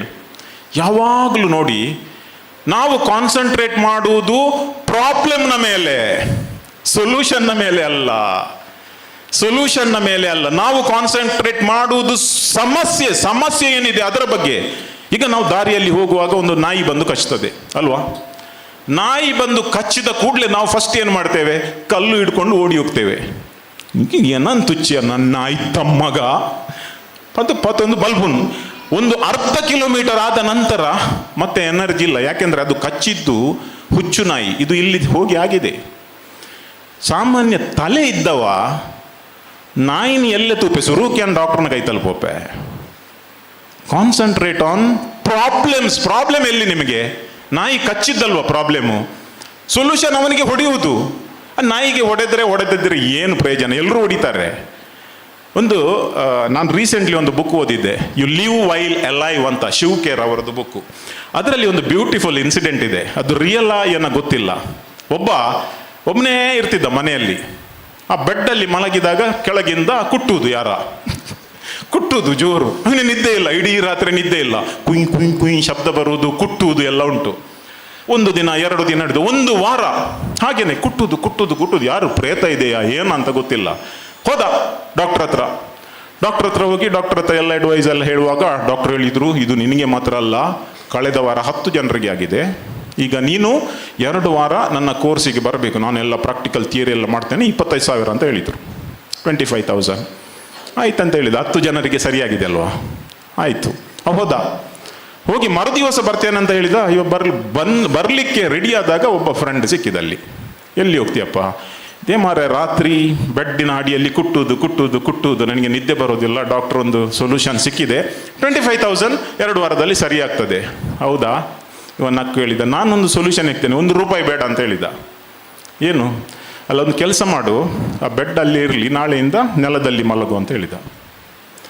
ಇವ ಹೋಗಿ ನೆಲದಲ್ಲಿ ಮಲಗಿದ್ದ. Problem solve. ನೆಲದ ಅಡಿಯಿಂದ ಯಾರು ಕುಟ್ಟುವುದು ಅಂತ ಹೇಳಿ ನನಗೆ. Simple thing, we are not thinking about the solution. ಯಾವತ್ತು ಈ ವಿಷಯ ಅಲ್ಲ, ಯಾವತ್ತು ನಿಮ್ಮ ಮಕ್ಕಳಿಗೆ ಎಲ್ಲಿ ಕೂಡ ಸಣ್ಣ ಪ್ರಾಬ್ಲಮ್ ಆದರೆ ಅದನ್ನು ತಲೆಯಲ್ಲಿ ಇಟ್ಕೊಂಡು ಹೋಗಬೇಡಿ. ನಿಮ್ಮ ಮಕ್ಕಳು ಬಂದು ನಾಳೆ ಟೀಚರ್ ಹೊಡೆದ್ರಂತ ಹೇಳಿದರೆ, ನೀವು ನಾಳೆ ಬೆಳಿಗ್ಗೆ 9 ಗಂಟೆಗೆ ಪ್ರಿನ್ಸಿಪಲ್ ಚೇಂಬರ್ನಂತ ತಾನೆ ನನ್ನ ಮಗಳಿಗೆ ಹಾಕಿದವರಿಗೆ. ನಮ್ಮ ಟೈಮಲ್ಲಿ ನಾವು ಮನೆಗೆ ಹೋಗಿ ಟೀಚರ್ ಹೊಡೆದ್ರಂತ ಹೇಳಿದರೆ ಅವರು ಟೀಚರ್ ಹೊಡೆಯುವುದು 1, ನನ್ನ ತಾಯಿ 4 ಹೊಡಿತಿದ್ರು. This should be. ಅದು ಟೀಚರಿಗೆ ಖುಷಿ ಆಯಿತು. ಇನ್ನು ನಾಳೆಯಿಂದ 2 ಹೊಡಿತಾರೆ ಅವರು. ನಾವು 100% ಆ ಮಕ್ಕಳನ್ನು ನಂಬಿ ಆಕ್ಷನ್ ತೆಗೆದುಕೊಳ್ತೇವಲ್ವಾ? ಫಸ್ಟ್ ಏನು ಗೊತ್ತಾ? ಯಾಕೆ ಹೊಡೆದ್ರು? ನೀನು ಪೋಖ್ರಿ ಮಾಡಿರಬೇಕು. ಟೀಚರಿಗೆ ಬೆಸ್ಟ್ ಯಾರು ಹೊಡಿತಾರ ಹಾಗೆ? ಇಲ್ಲಲ್ಲ. ಸೊ ಇದು ಕಾಮನ್ ಸೆನ್ಸ್ ನಮ್ಮ ಹತ್ರ ಇರಬೇಕು. ಸೊ 4 ಕಾಮನ್ ಮಿಸ್ಟೇಕ್ ನಂತರ 5th ಕಾಮನ್ ಮಿಸ್ಟೇಕ್, ಟೀಚರ್ ನೀವು ಬೇಸರ ಮಾಡಬಾರ್ದು, ನೀವು ಬೇಸರ ಮಾಡಬಾರ್ದು. ಅನೀಫ್ ಸರ್, ನಮ್ಮ ಪೇರೆಂಟ್ಸ್ ಚೇಸ್ ಮಾಡೋದು ಮಾರ್ಕ್ಸ್. 621 ಜೈ, 614 ಜೈ, 215 ಜೈ. ಮಾರ್ಕ್ಸ್ ಲೈಫ್ ಅಲ್ಲ. ಮಾರ್ಕ್ಸ್ ಒಂದು ಪೇಪರ್ ಕಾರ್ಡ್. ಆದರೆ ಮಾರ್ಕ್ಸ್ನ ಜೊತೆಗೆ ಮಾರ್ಕ್ಸ್ ಬೇಕು, ಸರ್ಟಿಫಿಕೇಟ್ ಬೇಕು, ಡಿಸ್ಟಿಂಕ್ಷನ್ ಬೇಕು, ಎಲ್ಲ ಬೇಕು. ಆದರೆ ಮಾರ್ಕ್ಸ್ಗಿಂತ ಜೊತೆಗೆ ಬೇಕಾದದ್ದು ಜಾಸ್ತಿ ಇದೆ. ಈ ಜಗತ್ತಿನಲ್ಲಿ ಎಲ್ಲರೂ ರ್ಯಾಂಕ್ ಹೊಡೆದವರೇ ದೊಡ್ಡ ಆದವರಲ್ಲ. ಈ ಜಗತ್ತಿನಲ್ಲಿ ಎಲ್ಲರೂ ಕೂಡ ಡಿಸ್ಟಿಂಕ್ಷನ್ ಅಲ್ಲಿ ಇಲ್ಲಿ ಸ್ಮಾರ್ಟ್ ಇದ್ದು ದೊಡ್ಡ ಲೀಡರ್ಗಳು ಆದವರು ಅಲ್ಲ. ದೊಡ್ಡ ಲೀಡರ್ಗಳು ಆದವರು ಲೀಡರ್ ಆದ ನಂತರ ಡೂಪ್ಲಿಕೇಟ್ ಸರ್ಟಿಫಿಕೇಟ್ ಕೂಡ ಮಾಡ್ತಾರೆ. ನೆನಪಿಡಿ, ಡೂಪ್ಲಿಕೇಟ್ ಸರ್ಟಿಫಿಕೇಟ್ ಎನ್ನ MA ಆತಂದ್ರೆ ಹಿಸ್ಟ್ರಿ ಎನ್ನ ಪೊಲಿಟಿಕಲ್ ಸೈನ್ಸ್ ಅವು ಆತನು ಆತನು ಬರ್ಪೇರ್ವಿ ದಯಪಣ್ಣ ಅಕಲಿನ ತೂದು ನಾವು ನಂಬುತ್ತೇವೆ. ಯಾಕೆಂದ್ರೆ ಪೊಲಿಟಿಕಲ್ ಸೈನ್ಸ್ ಮಾಡಿದಕ್ಕಿಂತ 100 ಪಟ್ಟು ಸ್ಮಾರ್ಟ್ ಇವ. C, this is the example I am giving. ಅಂದರೆ ಲೈಫಲ್ಲಿ ನಾವು ಪ್ರಾಕ್ಟಿಕಲ್ ಇರಬೇಕು. ನಾನು ಸತ್ಯ ಹೇಳ್ತೇನೆ, ಯಾರ ಹತ್ರ ಹೇಳಲಿಕ್ಕೆ ಹೋಗಬಾರ್ದು. ನೀವು BCom ಫೈನಲ್ ಇಯರ್ ಅಕೌಂಟ್ಸಲ್ಲಿ ಫೇಲ್, 25 ಮಾರ್ಕ್ಸ್. ಅದ್ರಾಗ ಸಪ್ಲಿಮೆಂಟರಿ ಇತ್ತು. ನಾನು ಹಾಲ್ ಟಿಕೆಟ್ ತೆಗೆದುಕೊಳ್ಳಿಕ್ಕೆ ಕಾಲೇಜಿಗೆ ಹೋದಾಗ ದೂರದಿಂದ ಅಕೌಂಟ್ಸ್ ಲೆಕ್ಚರರ್ ನೋಡಿದರು. ಏನು 25 ಅಂತ ಹೇಳಿದರು ನನಗೆ. ಓಕೆ, ನೋ ಪ್ರಾಬ್ಲಮ್, ಅಕ್ಟೋಬರಲ್ಲಿ ಸಪ್ಲಿಮೆಂಟರಿ ಎಕ್ಸಾಮ್ ಮಾಡಿದ್ದು ನಿನಗೋಸ್ಕರ ಬರೀ ಅಂತ ಹೇಳಿದರು. ಅವರ ಆಶೀರ್ವಾದದಿಂದ ಅಕ್ಟೋಬರಲ್ಲಿ 30 ಬೀಡಿಗಳು 30 ಸಿಕ್ಕಿತು. ಆ ಸರ್ಟಿಫಿಕೇಟ್ ಎಲ್ಲಿದೆ, ಆ BCom ಎಲ್ಲಿದೆ, ಆ ಅಕೌಂಟ್ಸ್ ಏನು ಇನ್ನೂ ಕೂಡ ನನಗೆ ಗೊತ್ತಿಲ್ಲ. ಯಾಕೆಂದರೆ ನಾನು ಬೆನ್ನತ್ತಿ ಹೋದದ್ದು ನನ್ನ ಪ್ಯಾಷನ್ ಜರ್ನಲಿಸಮ್. ನಾನು ಇವತ್ತು ಮಾಧ್ಯಮ ಸಂಸ್ಥೆ ನಡೆಸ್ತಾ ಇದ್ದೇನೆ. ಹಾಗಂತ ನಾನು ಡಿಗ್ರಿ ಮಾಡಿದ್ದೇನೆ. ಯಾರು ಫೇಲ್ ಆಗಲಿಕ್ಕೆ ಹೋಗಬೇಡಿ. ಈ ಮಾರ್ಕ್ಸ್ಗೆ ಈ ಪೇರೆಂಟ್ಸಿಗೆ ಎಂಥ ಕ್ಯೂರಿಯಾಸಿಟಿ ಗೊತ್ತಾ. ನೋಡಿ, ಈ ಶಾಲೆ ಮಕ್ಕಳಿಗೆ 3ನೇ 4ನೇ 5ನೇ ಟೆಸ್ಟ್ ಇರ್ತದಲ್ಲ, ಟೆಸ್ಟ್ ಆದ ದಿನ ನೋಡಬೇಕು ನೀವು. ತಂದೆ ಅಂದರು ಗೊತ್ತಿಲ್ಲ, ತಾಯಿ ಅಂದರು ಹೀಗೇನೆ ಹೊರಗಡೆ ನಿಲ್ಲುವುದು, ಮಗು ಯಾವಾಗ ಬರ್ತದಂತ. ಬಸ್ಸಲ್ಲಿ ಡ್ರಾಪ್ ಮಾಡಿ ಗೇಟಿನ ಒಳಗೆ ಬರುವ, ಹೇ ಎಕ್ಸಾಮ್ ಹೇಗಿತ್ತು ಅಮ್ಮ, ಫಸ್ಟ್ ಕ್ಲಾಸ್, ಎಷ್ಟು ಸಿಗಬಹುದು? 80. ನೆಕ್ಸ್ಟ್ ಮನೆಯ ಫಾತಿಮಾಳಿಗೆ ಎಷ್ಟು ಸಿಗಬಹುದು? ಈ ಮನೆಯ ಲಕ್ಷ್ಮಿಗೆ ಎಷ್ಟು ಸಿಗಬಹುದು? ಅಲ್ಲಿ ಮೇಲಿನ ವಾಲ್ಟರಿಗೆ ಎಷ್ಟು ಸಿಗಬಹುದು? ಅಲ್ವಾ? ಬೇಕಾ ನಮಗೆ ಬೇರೆಯವರ ಮಾರ್ಕ್ಸ್? ಬೇಕಾ? ಎಷ್ಟು ಸಮಯ ನಾವು ಬೇರೆಯವರನ್ನು ಇಂಪ್ರೆಸ್ ಮಾಡಬಹುದು? ಎಷ್ಟು ಸಮಯ ನಾವು ಬೇರೆಯವರನ್ನು ಪ್ಲೀಸ್ ಮಾಡಬಹುದು? ನಾನು ಹೇಳಿದೆ, ನಾನು ದುಬೈಯಲ್ಲಿದ್ದೆ ಅಂತ. ನನ್ನ ಮಗಳು, ದೊಡ್ಡ ಮಗಳು 6th ಇರುವಾಗ ಇದೇ ಪ್ರಾಬ್ಲಮ್. ಎಕ್ಸಾಮು ಆದ ಪೇಪರ್ ಕೊಡ್ತಾರಲ್ವಾ, ಪೇಪರ್ ಕೊಟ್ಟಾಗ 4 ನಮ್ಮ ನೇಬರ್ಸ್ ಫ್ರೆಂಡ್ಸ್ ಇದ್ರು, ನನ್ನ ಹೆಂಡತಿದ್ದು 4 ಫ್ರೆಂಡ್ಸ್, ಆಲ್ ಲೇಡೀಸ್. ಪೇಪರ್ ಕೊಟ್ಟ ದಿನ ಫಸ್ಟ್ ಕಾಲ್ ಬರೋದು ಒಬ್ಬರಿಂದ, ಹಾಯ್ ನಿಮ್ಮ ಮಗಳಿಗೆ ಎಷ್ಟು %? ನನ್ನ ಹೆಂಡತಿ ಸತ್ಯ ಹೇಳುದು 60 ಅಂತ. ಹೌದಾ, ನನ್ನ ಮಗ ಫಸ್ಟ್. ಓ, ಅಲ್ಲಿ ಅರ್ಧ BP ಹೆಚ್ಚಾಯಿತು ಬುಡಿದಿದ್ದು ನಂದು. ಒಂದು 10 ನಿಮಿಷದಲ್ಲಿ ಇನ್ನೊಂದು ಕಾಲ್ ಬಂತು, ಸೀಮಳಿಗೆ ಎಷ್ಟು? 65. ಹೌದಾ, ನನ್ನ ಮಗಳು ಫಸ್ಟ್. ಆಯಿತು, ಇಬ್ಬರು ಫಸ್ಟ್ ಆಯ್ತಲ್ಲ. BP ಇನ್ನೂ ಹೆಚ್ಚಾಗಿ ಮಗಳಿಗೆ ಒಂದು ಪೆಟ್ಟು ಬಿದ್ದಾಯಿತು, ನಿನಗೆ ಕಲೀಲಿಕ್ಕೆ ಆಗೋದಿಲ್ಲ ಅದು ಇದು ಅಂತ. 3ನೇ ಕಾಲ್ ಬಂದಾಯಿತು. 3ನೇ ಕಾಲ್ ಬರುವಾಗ ನನ್ನ ಬುಡಿದಿ ಸ್ವಲ್ಪ ಸ್ಮಾರ್ಟ್. ಸೀಮಳಿಗೆ ಎಷ್ಟು? ಅವಳಿಗೆ 85 ಅಂತ ಹೇಳುವುದು. ಸ್ವಲ್ಪ ಡೌನ್ ಆಗಬಾರ್ದಲ್ಲ. ಹೌದಾ, ನನ್ನ ಮಗಳು ಫಸ್ಟ್. 4 ಜನ ಕೂಡ ಫಸ್ಟ್. ಇದು ಒಂದು ಎಕ್ಸಾಮ್ ಅಲ್ಲ, 3-4 ಎಕ್ಸಾಮ್ ಆದಮೇಲೆ ನನಗೆ ಟೆನ್ಷನ್ ಆಯಿತು. ನಾನು ಸೀದಾ ಒಂದಿನ ಏನು ಮಾಡಿದ್ದೆ, ನಾನು ಅವಾಗ ಕೆಲಸ ಮಾಡ್ತಿದ್ದೆ, ಆಫೀಸಿಗೆ ಹೇಳಿದೆ ಅರ್ಧ ಗಂಟೆ 1 ಗಂಟೆ ಲೇಟ್ ಬರ್ತೇನಂತ. ಸೀದಾ ಶಾಲೆಗೆ ಹೋದೆ, ಇಂಡಿಯನ್ ಹೈಸ್ಕೂಲ್ ಕರಾಮದಲ್ಲಿತ್ತು. ಅಲ್ಲಿ ಹೋಗಿ ನಾನು ಟೀಚರ್ ಹತ್ರ ಸ್ವಲ್ಪ ಮಾತಾಡಬೇಕಂತ ಕೇಳಿದೆ. ಆ ಗುಜರಾತಿ ಟೀಚರ್ ಏನು ಬಂದರು, ಟೀಚರ್ ಮೇಡಮ್ ಒಂದು ಹೆಲ್ಪ್ ಮಾಡಿ. ಏನು ಕೇಳಿದರು? ಅಲ್ಲ, ನನ್ನ ಮಗಳ ಕ್ಲಾಸ್ನಲ್ಲಿ ಸೆಕೆಂಡ್ ಯಾರು ಅಂತ ಹೇಳಿ. ಫಸ್ಟ್ ಗೊತ್ತುಂಟು ನನಗೆ, ಫಸ್ಟ್ ಗೊತ್ತುಂಟು ಎಷ್ಟು ಜನ ಅಂತ, ಸೆಕೆಂಡ್ ಯಾರು ಅಂತ ಹೇಳಿ ಅಂತ. ಅವರು ನಕ್ಕರು. ಯಾಕೆ ಅಂತ. ಅಲ್ಲ, ಹೀಗೆ 4 ಜನರು ಫಸ್ಟ್, ನನ್ನ ಮಗಳ ರ್ಯಾಂಕ್ ಎಷ್ಟು ಅಂತ ಗೊತ್ತಿರಬೇಕು. ಅಂದರೆ ಎಷ್ಟು ಜನ ಫಸ್ಟ್ ಬರ್ಬೋದು ಒಂದು ಕ್ಲಾಸಲ್ಲಿ ಅಲ್ವಾ? ಸೊ ಅವ್ರು ಹೇಳಿದರು ಅದೆಲ್ಲ ಬಿಡಿ, ಪೇರೆಂಟ್ಸ್ ಅದು ಇದ್ದದೇ. ಅವರು ಒಮ್ಮೊಮ್ಮೆ ಓಪನ್ ಹೌಸಿಗೆ ಬಂದು ಟೀಚರ್ ಹತ್ರ ಮುಕ್ಕಾಲು ಗಂಟೆ ಮಾತಾಡೋದಂತೆ. ಅವರ ಮಗಳ ವಿಷಯ ಕೇಳುವುದು 5 ನಿಮಿಷ, 40 ನಿಮಿಷ ಬೇರೆ. ಅವಳು ಹೇಗೆ, ಅವಳು ಅದರಲ್ಲಿ ಹೇಗೆ, ಅವಳು ಇದರಲ್ಲಿ ಹೇಗೆ. ನೋಡಿ, ನಮಗೆ ಇದೇ ಆಯಿತು. ನನ್ನ ಮಗಳಿಗೆ ಪಾಪ ಆ ಟೈಮಲ್ಲಿ ತುಂಬ ಇನ್ಸಲ್ಟ್ ಇತ್ತು. ಆದರೆ ಬಹಳ ಅಭಿಮಾನದಿಂದ ನಾನು ಹೇಳ್ತೇನೆ, ವೆನ್ ಶಿ ಕಂಪ್ಲೀಟೆಡ್ SSLC, ನನ್ನ ಮಗಳು 92%, ಆ 4 ಜನರು ಕೂಡ 75ಕ್ಕಿಂತ ಮೇಲೆ ಹೋಗಲಿಲ್ಲ. ಇದು ಸತ್ಯ ಮಾತು, ಅಭಿಮಾನದ ಮಾತು, ನನ್ನ ದೊಡ್ಡತನದ ಮಾತಲ್ಲ. ನಿಮ್ಮ ಮಕ್ಕಳಿಗೆ ಕೂಡ ಎಕ್ಸಾಂಪಲ್ ಇಷ್ಟೇ. ನಿಮ್ಮ ಮಕ್ಕಳ ಕೆಪಾಸಿಟಿ ಏನಂತ ನೋಡಿ, ಅಷ್ಟೇ ಅಷ್ಟೇ, ಬೇರೆ ಏನಿಲ್ಲ. ಕೆಪಾಸಿಟಿಗಿಂತ ಜಾಸ್ತಿ ಏನಾದರೂ ಮಾಡಲಿಕ್ಕೆ ಆಗ್ತದ ಹೇಳಿ? ಒಬ್ಬ ತಂದೆ ಮತ್ತು ಮಗ, ತಂದೆ ಒಂದು ಸೆಕೆಂಡ್ ಹ್ಯಾಂಡ್ ಕಾರ್ ತಗೊಂಡ, ಅದರದ್ದು ಮ್ಯಾಕ್ಸಿಮಮ್ ಸ್ಪೀಡೇ 80 ಕಿಲೋಮೀಟರ್ ಹೋಗುವುದು. ಮಗ ಸೆಕೆಂಡ್ ಇಯರ್ PUC ಸೈನ್ಸಲ್ಲಿ ಕಲಿಯುವುದು.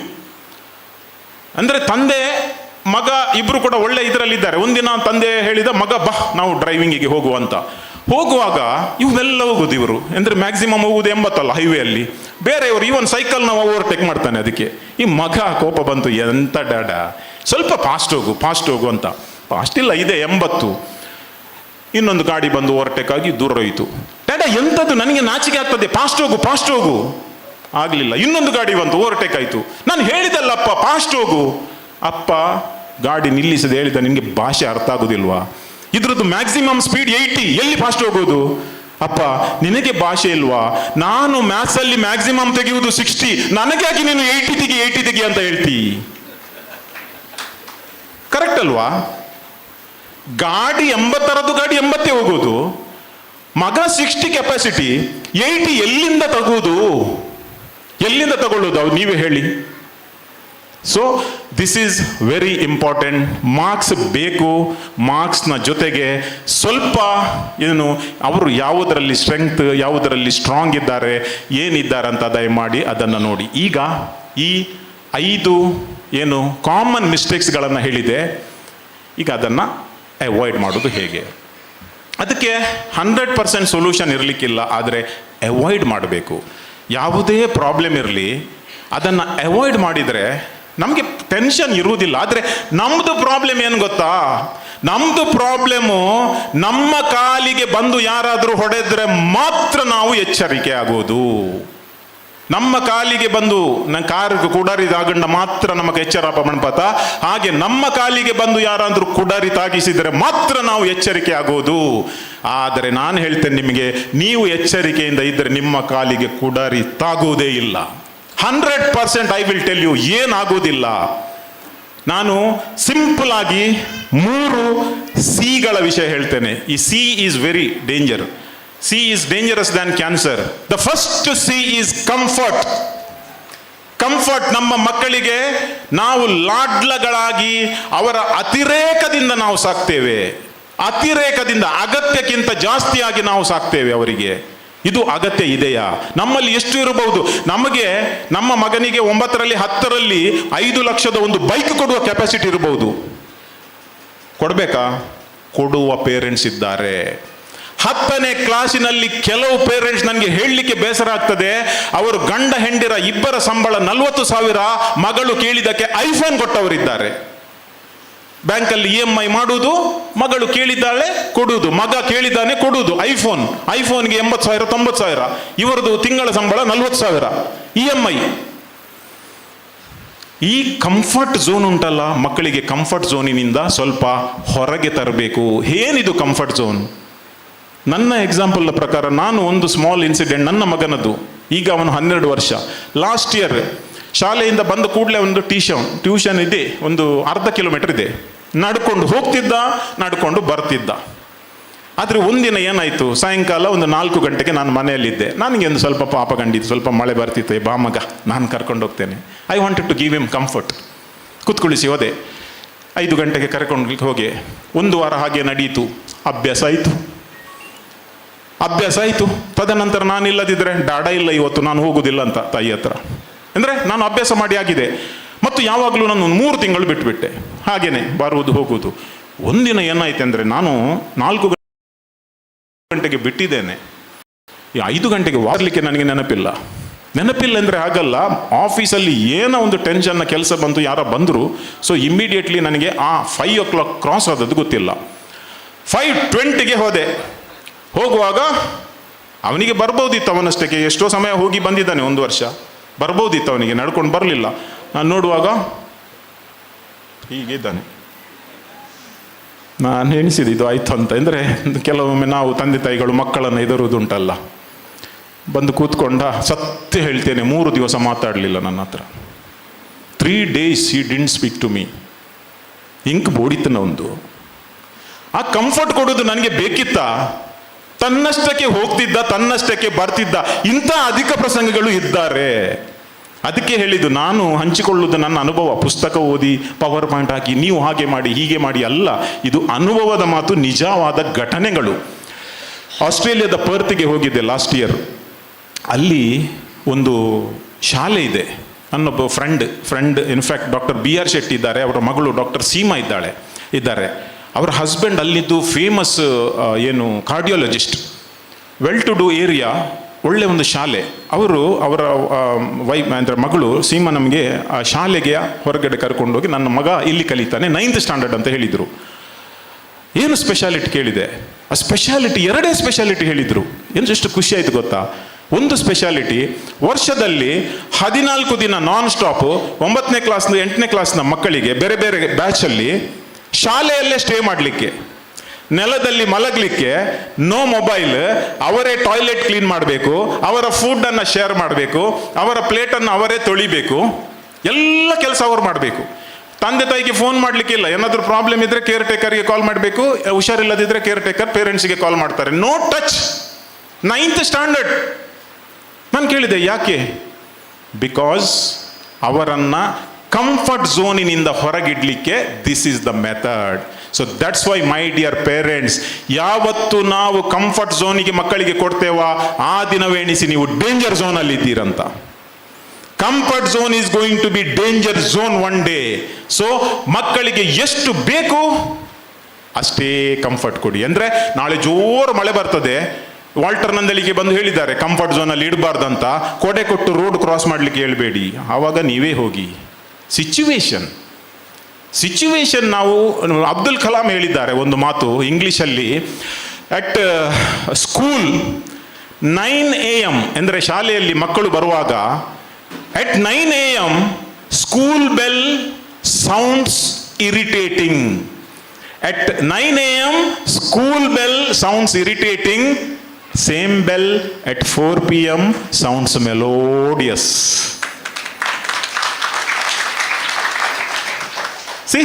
ಸಿಚುವೇಶನ್ನ ಪ್ರಕಾರ ನಾವು ಹೋಗ್ಬೇಕು. ಅಂದ್ರೆ ಮಕ್ಕಳದು ಮೂಡ್ ಹಾಗೆ. ಆ ಬೆಲ್ ಹೊಡಿಯೋನವನೇ, ಶಾಲೆ ಅದೇ, ಬೆಲ್ಲಿನ ಶಬ್ದ ಅದೇ, ಆದರೆ ಮೂಡು ನೋಡಿ. 9 ಗಂಟೆಗೆ ಅವರ ಮೂಡ್ ನೋಡಿ, ಸಾಯಂಕಾಲ ಅವರದ್ದು ಮೂಡ್ ನೋಡಿ. So this is what comfort ಝೋನ್ನಿಂದ ಸ್ವಲ್ಪ ಸ್ವಲ್ಪ ಸ್ವಲ್ಪ ಸ್ವಲ್ಪ ಸ್ವಲ್ಪ ಹೊರಗೆ ಬಿಡಿ, ಏನಾಗೋದಿಲ್ಲ. ನಾಳೆ ನಮಗೇನೆ ಒಳ್ಳೆಯದು.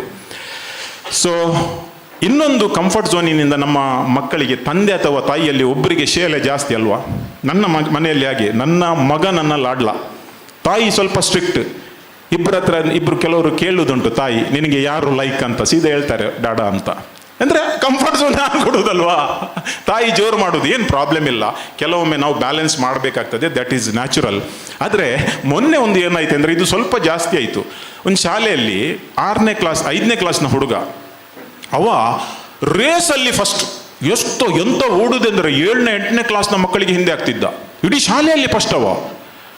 ಒಂದು ಡಿಸ್ಟ್ರಿಕ್ಟ್ ಲೆವೆಲ್ನ ಶಾಲೆಯ ರೇಸ್ ಅಂದರೆ ಓಟ 100 ಮೀಟರ್ಸ್ನ ಒಂದು ಟೂರ್ನಮೆಂಟ್ ನಡೆಯಿತು, ಅಥ್ಲೆಟಿಕ್. ಆ ಅಥ್ಲೆಟಿಕಲ್ಲಿ ಎಲ್ರಿಗೂ ಇವ ಫಸ್ಟ್ ಬರ್ತಾನಂತ, ಡಿಸ್ಟ್ರಿಕ್ಟ್ ಲೆವೆಲ್ಗೆ ಫಸ್ಟ್ ಬರ್ತಾನಂತ ತಂದೆ ತಾಯಿಗೆ ಇಷ್ಟು ಖುಷಿ. ಆ ದಿವಸ ಬೆಳಿಗ್ಗೆ 8 ಗಂಟೆಗೆ ವ್ಯಾನ್ ಬರಲಿಕ್ಕೆ ಶಾಲೆದ್ದು ಕೊಂಡೋಗ್ಲಿಕ್ಕೆ, ಇವರು 7 ಗಂಟೆಗೇನೆ ಸಡಗರ ಮನೆಯಲ್ಲಿ, ಇವತ್ತು ನಮ್ಮ ಮಗ ಗೋಲ್ಡ್ ಮೆಡಲ್ ತರ್ತಾನೆ, ಫಸ್ಟ್ ಬರ್ತಾನೆ ಅಂದರೆ ಅಷ್ಟು ಕಾನ್ಫಿಡೆನ್ಸ್ ಇತ್ತು. ಬದಿಯ ಮನೆಯವರಿಗೆಲ್ಲ ಸಾಯಂಕಾಲ ಬರಬೇಕು, ಪಾರ್ಟಿ ಇದೆ ಅಂತ ಹೇಳಿದರು. ಆದರೆ 8 ಗಂಟೆಗೆ ಹೋಗುವಾಗ ತಾಯಿಗೆ ಬಾಯ್ ಬಾಯ್ ಬಾಯ್ ಹೇಳುವ ಮೊದಲು ತಾಯಿ ಹೇಳಿದ್ಲು, ಡ್ಯಾಡನಿಗೆ ಹೋಗಿ ಅಪ್ಪನಿಗೆ ಹೋಗಿ ಆಶೀರ್ವಾದ ತಗೊಂಡು ಬಾ ಅಂತ. ಈ ಹುಡುಗ ಅಪ್ಪನ ಹತ್ರ ಆಶೀರ್ವಾದ ತಗೊಳ್ಳಿಕ್ಕೆ ಹೋದ. ಒಳಗಡೆ ಅಪ್ಪಯ್ಯನ ಕಿವಿಯಲ್ಲಿ ಹೇಳಿದ, 2 ಚಾಕ್ಲೇಟ್ ಕೊಟ್ಟರು. ಹೋಗಿ 3:15 ಗಂಟೆಗೆ ಎಲ್ಲರೂ ವೇಟ್ ಮಾಡ್ತಾರೆ. ತಂದೆ ಇದ್ದಾರಲ್ಲ, ಅವ್ರ ನೇಬರನ್ನೆಲ್ಲ ಕರೆದಿದ್ದಾರೆ ಒಂದು ಸ್ವಾಗತ ಮಾಡಲಿಕ್ಕೆ, ಅವನಿಗೆ ಗೋಲ್ಡ್ ಮೆಡಲ್ ಸಿಗ್ತದಂತ. 4 ಗಂಟೆಗೆ ಬರ್ತಾನೆ, ಹೀಗೆ ಬರ್ತಾನೆ. ಸ್ವಲ್ಪ ಭಯ ಆಯಿತು. ಗೇಟಿಂದ ಒಳಗೆ ಬರುವಾಗ, ಏನಾಯಿತು ಮಗ? ಹೌದಾ, ಎಷ್ಟನೇ ಪ್ಲೇಸು? 8. ಎಷ್ಟು ಜನ ಇದ್ರು? ಇಲ್ಲ 8 ಜನ ಇದ್ರು, ನಾನು 8. ಏನಾಯಿತು? ಆಗುವುದೆಂಥದ್ದು, ನೀನು ಹೋಗುವಾಗ ಹೇಳಿದೆ ಅಲ್ಲ ಅಪ್ಪನ ಹತ್ರ ಹೋಗಿ ಆಶೀರ್ವಾದ ಕೇಳಿ ಅಂತ.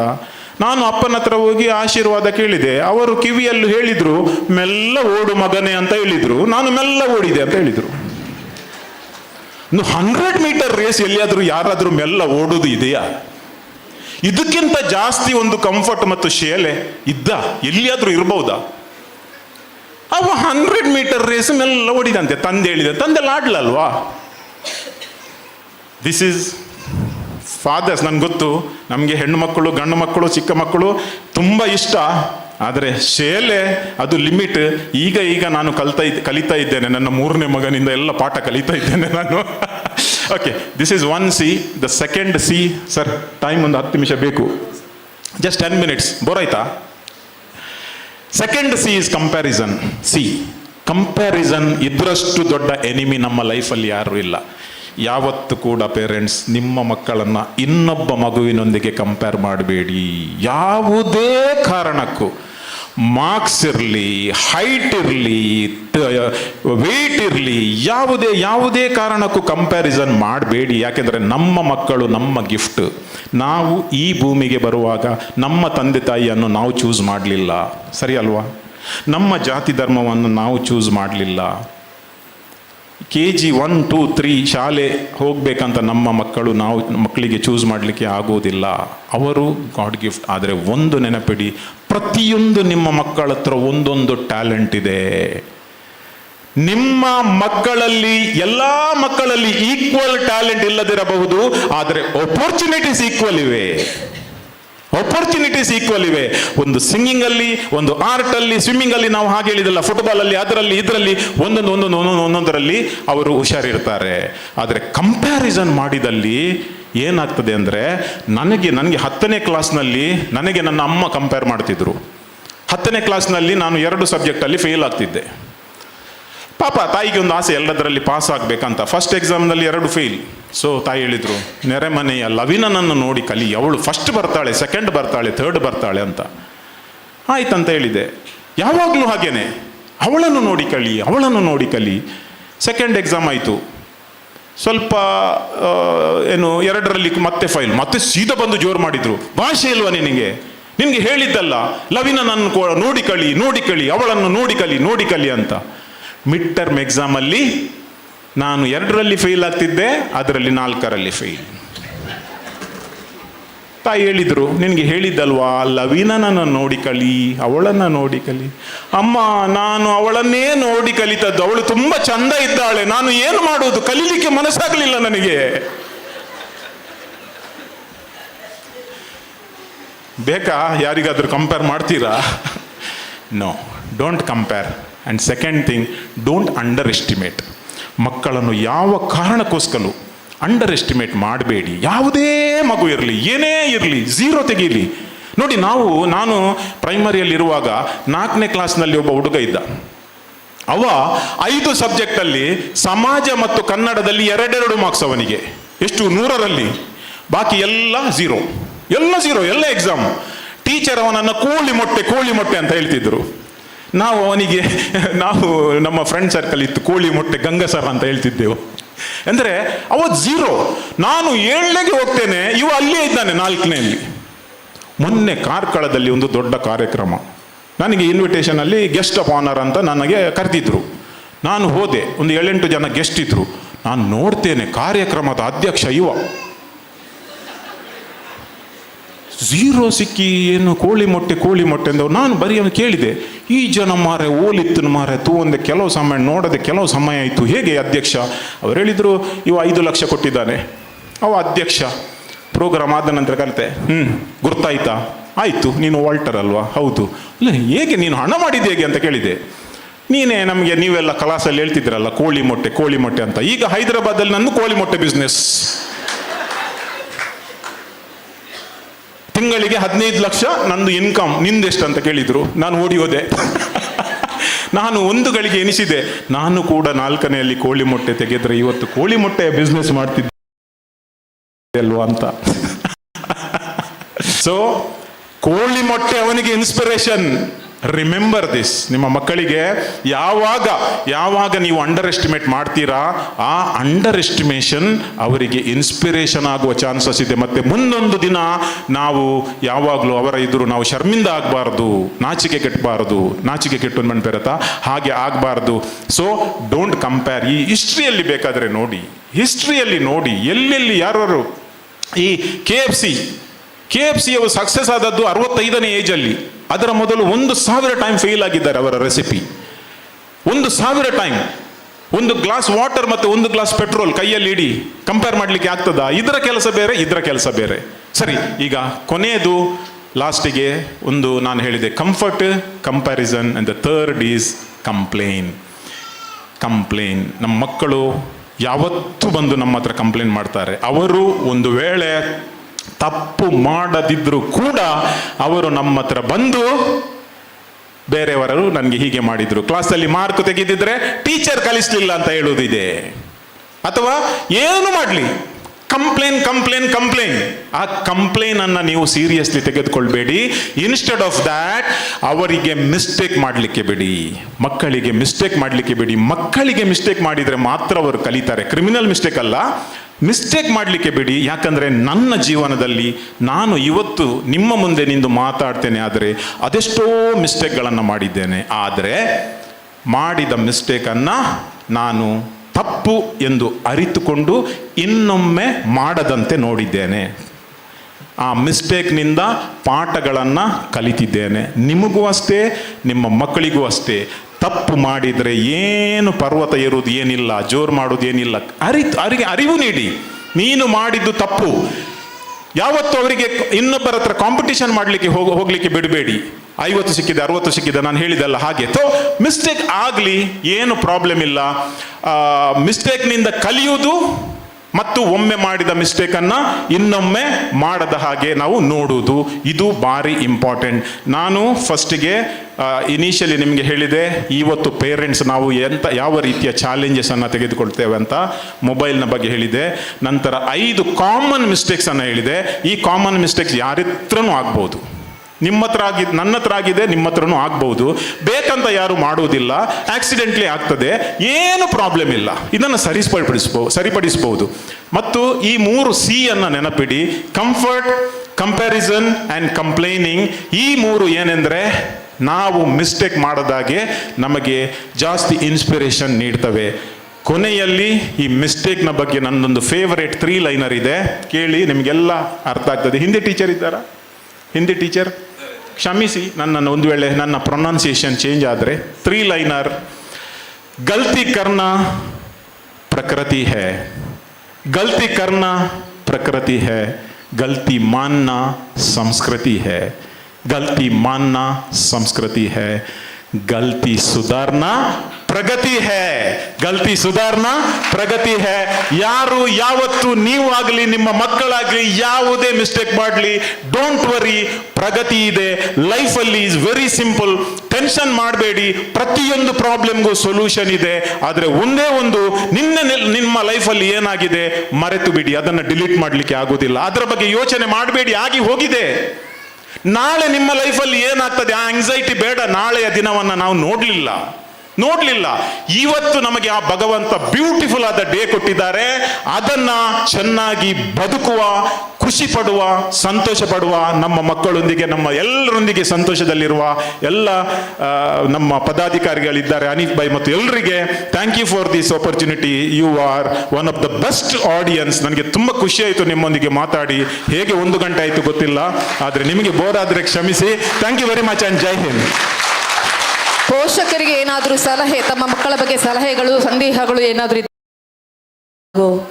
ಇಂದಿನ ಸಂಪನ್ಮೂಲ ವ್ಯಕ್ತಿಯ ಪೋಷಕರಿಗೆ ಸಲಹೆಯನ್ನು ನೀಡಲು ಬಂದಂತಹ ಡೈಚಿ ವರ್ಲ್ಡ್ನ ಮಾಲಕರು, ಸಂಸ್ಥಾಪಕರು ಆದಂತಹ ಒಬ್ಬ ಒಳ್ಳೆಯ ಸಮಾಜಮುಖಿ ಕೆಲಸವನ್ನು ಮಾಡುವಂತಹ ವಾಲ್ಟರ್ ನಂದಳಿಕೆಯವರೇ ಹಾಗೂ ಎಲ್ಲ ಶಾಲೆಯ ಆಡಳಿತ ಮಂಡಳಿಯ ಸದಸ್ಯರೇ, ಶಾಲಾ ಮುಖ್ಯೋಪಾಧ್ಯಾಯನಿಯರೇ, ಶಾಲಾ ಶಿಕ್ಷಕ ವೃಂದದವರೇ ಹಾಗೂ ನೆರೆದಿರತಕ್ಕಂತಹ ಎಲ್ಲ ಪೋಷಕರೇ, ಈಗಷ್ಟೇ ಪೋಷಕರನ್ನು ಉದ್ದೇಶಿಸಿ ನಮ್ಮ ಸರ್ ನಿಜ ಅವರು ಹೇಳಿದ ಎಲ್ಲ ವಿಷಯಗಳು ಈಗ ನಮ್ಮ ದಿನನಿತ್ಯ ನಡೆಯುವಂತಹ ನಾವು ಮಾಡುವಂತಹ ತಪ್ಪುಗಳೇ. ಯಾಕಂದರೆ ನಮ್ಮ ಮಕ್ಕಳನ್ನು ಭವಿಷ್ಯದಲ್ಲಿ ಅವರನ್ನು ಒಳ್ಳೆಯ ರೀತಿಯಲ್ಲಿ ರೂಪಿಸುವಂತಹ ವ್ಯಕ್ತಿಗಳು ಮೊದಲು ಯಾರು ಅಂತ ಕೇಳಿದರೆ ಅದು ಅಮ್ಮ. ಅಂತಹ ಒಂದು ಒಳ್ಳೆಯ ಮಾರ್ಗದರ್ಶನವನ್ನು ಪೋಷಕರಿಗೆ ನೀಡಿದ್ದೀರಿ. ನಿಜ ಸರ್, ನಾನು ಕೂಡ ಒಬ್ಬ ಪೋಷಕಳಾಗಿ ನಿಮ್ಮ ಎಲ್ಲ ಮಾತುಗಳನ್ನು ಕೂಡ ಆಲಿಸಿದ್ದೇನೆ. ಯಾಕೆಂದರೆ ಈ ಸಭೆಗೆ ನಾನು ಬರೋಳಲ್ಲ. ಯಾಕೆಂದರೆ ಆರೋಗ್ಯ ಸಮಸ್ಯೆಯಿಂದಾಗಿ ನಾನು ಸಂಚಾಲಕರಲ್ಲಿ ಹೇಳಿದ್ದೇನೆ, ನಾನು ಬರೋದಿಲ್ಲ ಸರ್, ನನಗೆ ಮಾತಾಡಲಿಕ್ಕೆ ಆಗ್ತಾ ಇಲ್ಲ ಅಂತ ಹೇಳಿ. ಆದರೆ ಇಲ್ಲಿ ಸಂಪನ್ಮೂಲ ವ್ಯಕ್ತಿಯಾಗಿ ಬಂದಂಥವ್ರು ಯಾರು ಅಂತ ಕೇಳಿದರೆ ವಾಲ್ಟರ್ ಡಿಸೋಜ. ಯಾಕೆಂದರೆ ನಾನು ಒಬ್ಬ ಅವರ ಅಭಿಮಾನಿ. ಯಾಕೆಂದರೆ ನಾನು ಒಬ್ಬ ವೀವರ್ಸ್. ಹಾಗಾಗಿ ಇವರನ್ನು ಮುಕ್ತವಾಗಿ ಅಂದರೆ ಮುಖಾಮುಖಿಯಾಗಿ ಭೇಟಿಯಾಗಿ ಅವರ ಮಾತುಗಳನ್ನು ಕೇಳಬೇಕನ್ನುವ ಉದ್ದೇಶದಿಂದ ನಾನು ಈ ಒಂದು ಸಭೆಗೆ ಇವತ್ತು ಅತಿಥಿಯಾಗಿ ಆಗಮಿಸಿಲ್ಲ, ಒಬ್ಬ ಪೋಷಕಳಾಗಿ ಆಗಮಿಸಿದ್ದೇನೆ. ಯಾಕೆಂದರೆ ಅವರ ಒಂದು ಮಾತು ಅಂದರೆ ಅವರು ಮಾಡುವ ಕಾಮಿಡಿ ಇರ್ಬೋದು, ಆ ಕಾಮಿಡಿಯಲ್ಲಿ ನಾವು ತಗೊಳ್ಳುವಂತಹ ರೀತಿ ಹೇಗೆ ಅಂದರೆ ಆ ಮೆಸೇಜ್ ಒಳ್ಳೆಯ ಮೆಸೇಜ್ ಆಗಿರ್ತದೆ. ನಾವು ಕಾಮಿಡಿಯಾಗಿ ತಗೊಂಡ್ರೆ ನಮಗೇನು ಅರ್ಥ ಆಗಲ್ಲ. ಆ ಕೊನೆಯಲ್ಲಿ ಕೊಡುವಂತಹ ಸಂದೇಶ ಅದು ಸಮಾಜಮುಖಿ ಆಗಿರ್ಬೋದು, ಮಕ್ಕಳಿಗೆ ಆಗಿರ್ಬೋದು, ನಾವು ಸಮಾಜದಲ್ಲಿ ಮಾಡುವಂತಹ ಒಳ್ಳೆಯ ಕೆಲಸಗಳಿಗೆ ಆಗ್ಬೋದು, ಅಂತ ಒಳ್ಳೆಯ ಒಂದು ಮಾರ್ಗದರ್ಶಿ ಇರುವಂತಹ ಸಂದೇಶಗಳನ್ನು ಕೂಡ ಅವರು ಕೊಡ್ತಾ ಇದ್ದಾರೆ. ಹಾಗಾಗಿ ಈ ಒಂದು ಶಾಲೆ ಈ ವರ್ಷ ಕೂಡ 100% ರಿಸಲ್ಟನ್ನು ತೆಗೆದು ಉತ್ತೀರ್ಣಗೊಂಡಂತಹ ಎಲ್ಲ ವಿದ್ಯಾರ್ಥಿಗಳಿಗೂ ಕೂಡ ನನ್ನ ತುಂಬ ಹೃದಯದ ಅಭಿನಂದನೆಗಳು. ಹಾಗೆಯೇ ಎಲ್ಲ ಈ ಮಕ್ಕಳಿಗೆ ತಮ್ಮ ಶ್ರಮ ಮೀರಿ ತಮ್ಮ ವಿದ್ಯಾಭ್ಯಾಸವನ್ನು ಕೊಟ್ಟು ಅವರನ್ನು ಕೂಡ ಒಂದು ಭವಿಷ್ಯದಲ್ಲಿ ಒಬ್ಬ ವ್ಯಕ್ತಿಯನ್ನಾಗಿ ರೂಪಿಸುವಲ್ಲಿ ನೀವು ಕೂಡ ನಿಮ್ಮ ಸತತ ಪ್ರಯತ್ನವನ್ನು ಕೂಡ ನೀವು ಮಾಡಿದ್ದೀರಿ. ನಿಮಗೂ ಆಡಳಿತ ಮಂಡಳಿಗೂ ಕೂಡ ನನ್ನ ತುಂಬ ಹೃದಯದ ಅಭಿನಂದನೆಗಳು. ಹಾಗಾಗಿ ಈ ಒಂದು ಪೋಷಕರ ಸಭೆ, ಮುಖ್ಯವಾಗಿ ಪೋಷಕರ ಸಭೆ ಅಂದರೆ ಒಂದು ಶಾಲೆ ಅಂದರೆ ಅದು ದೇಗುಲ.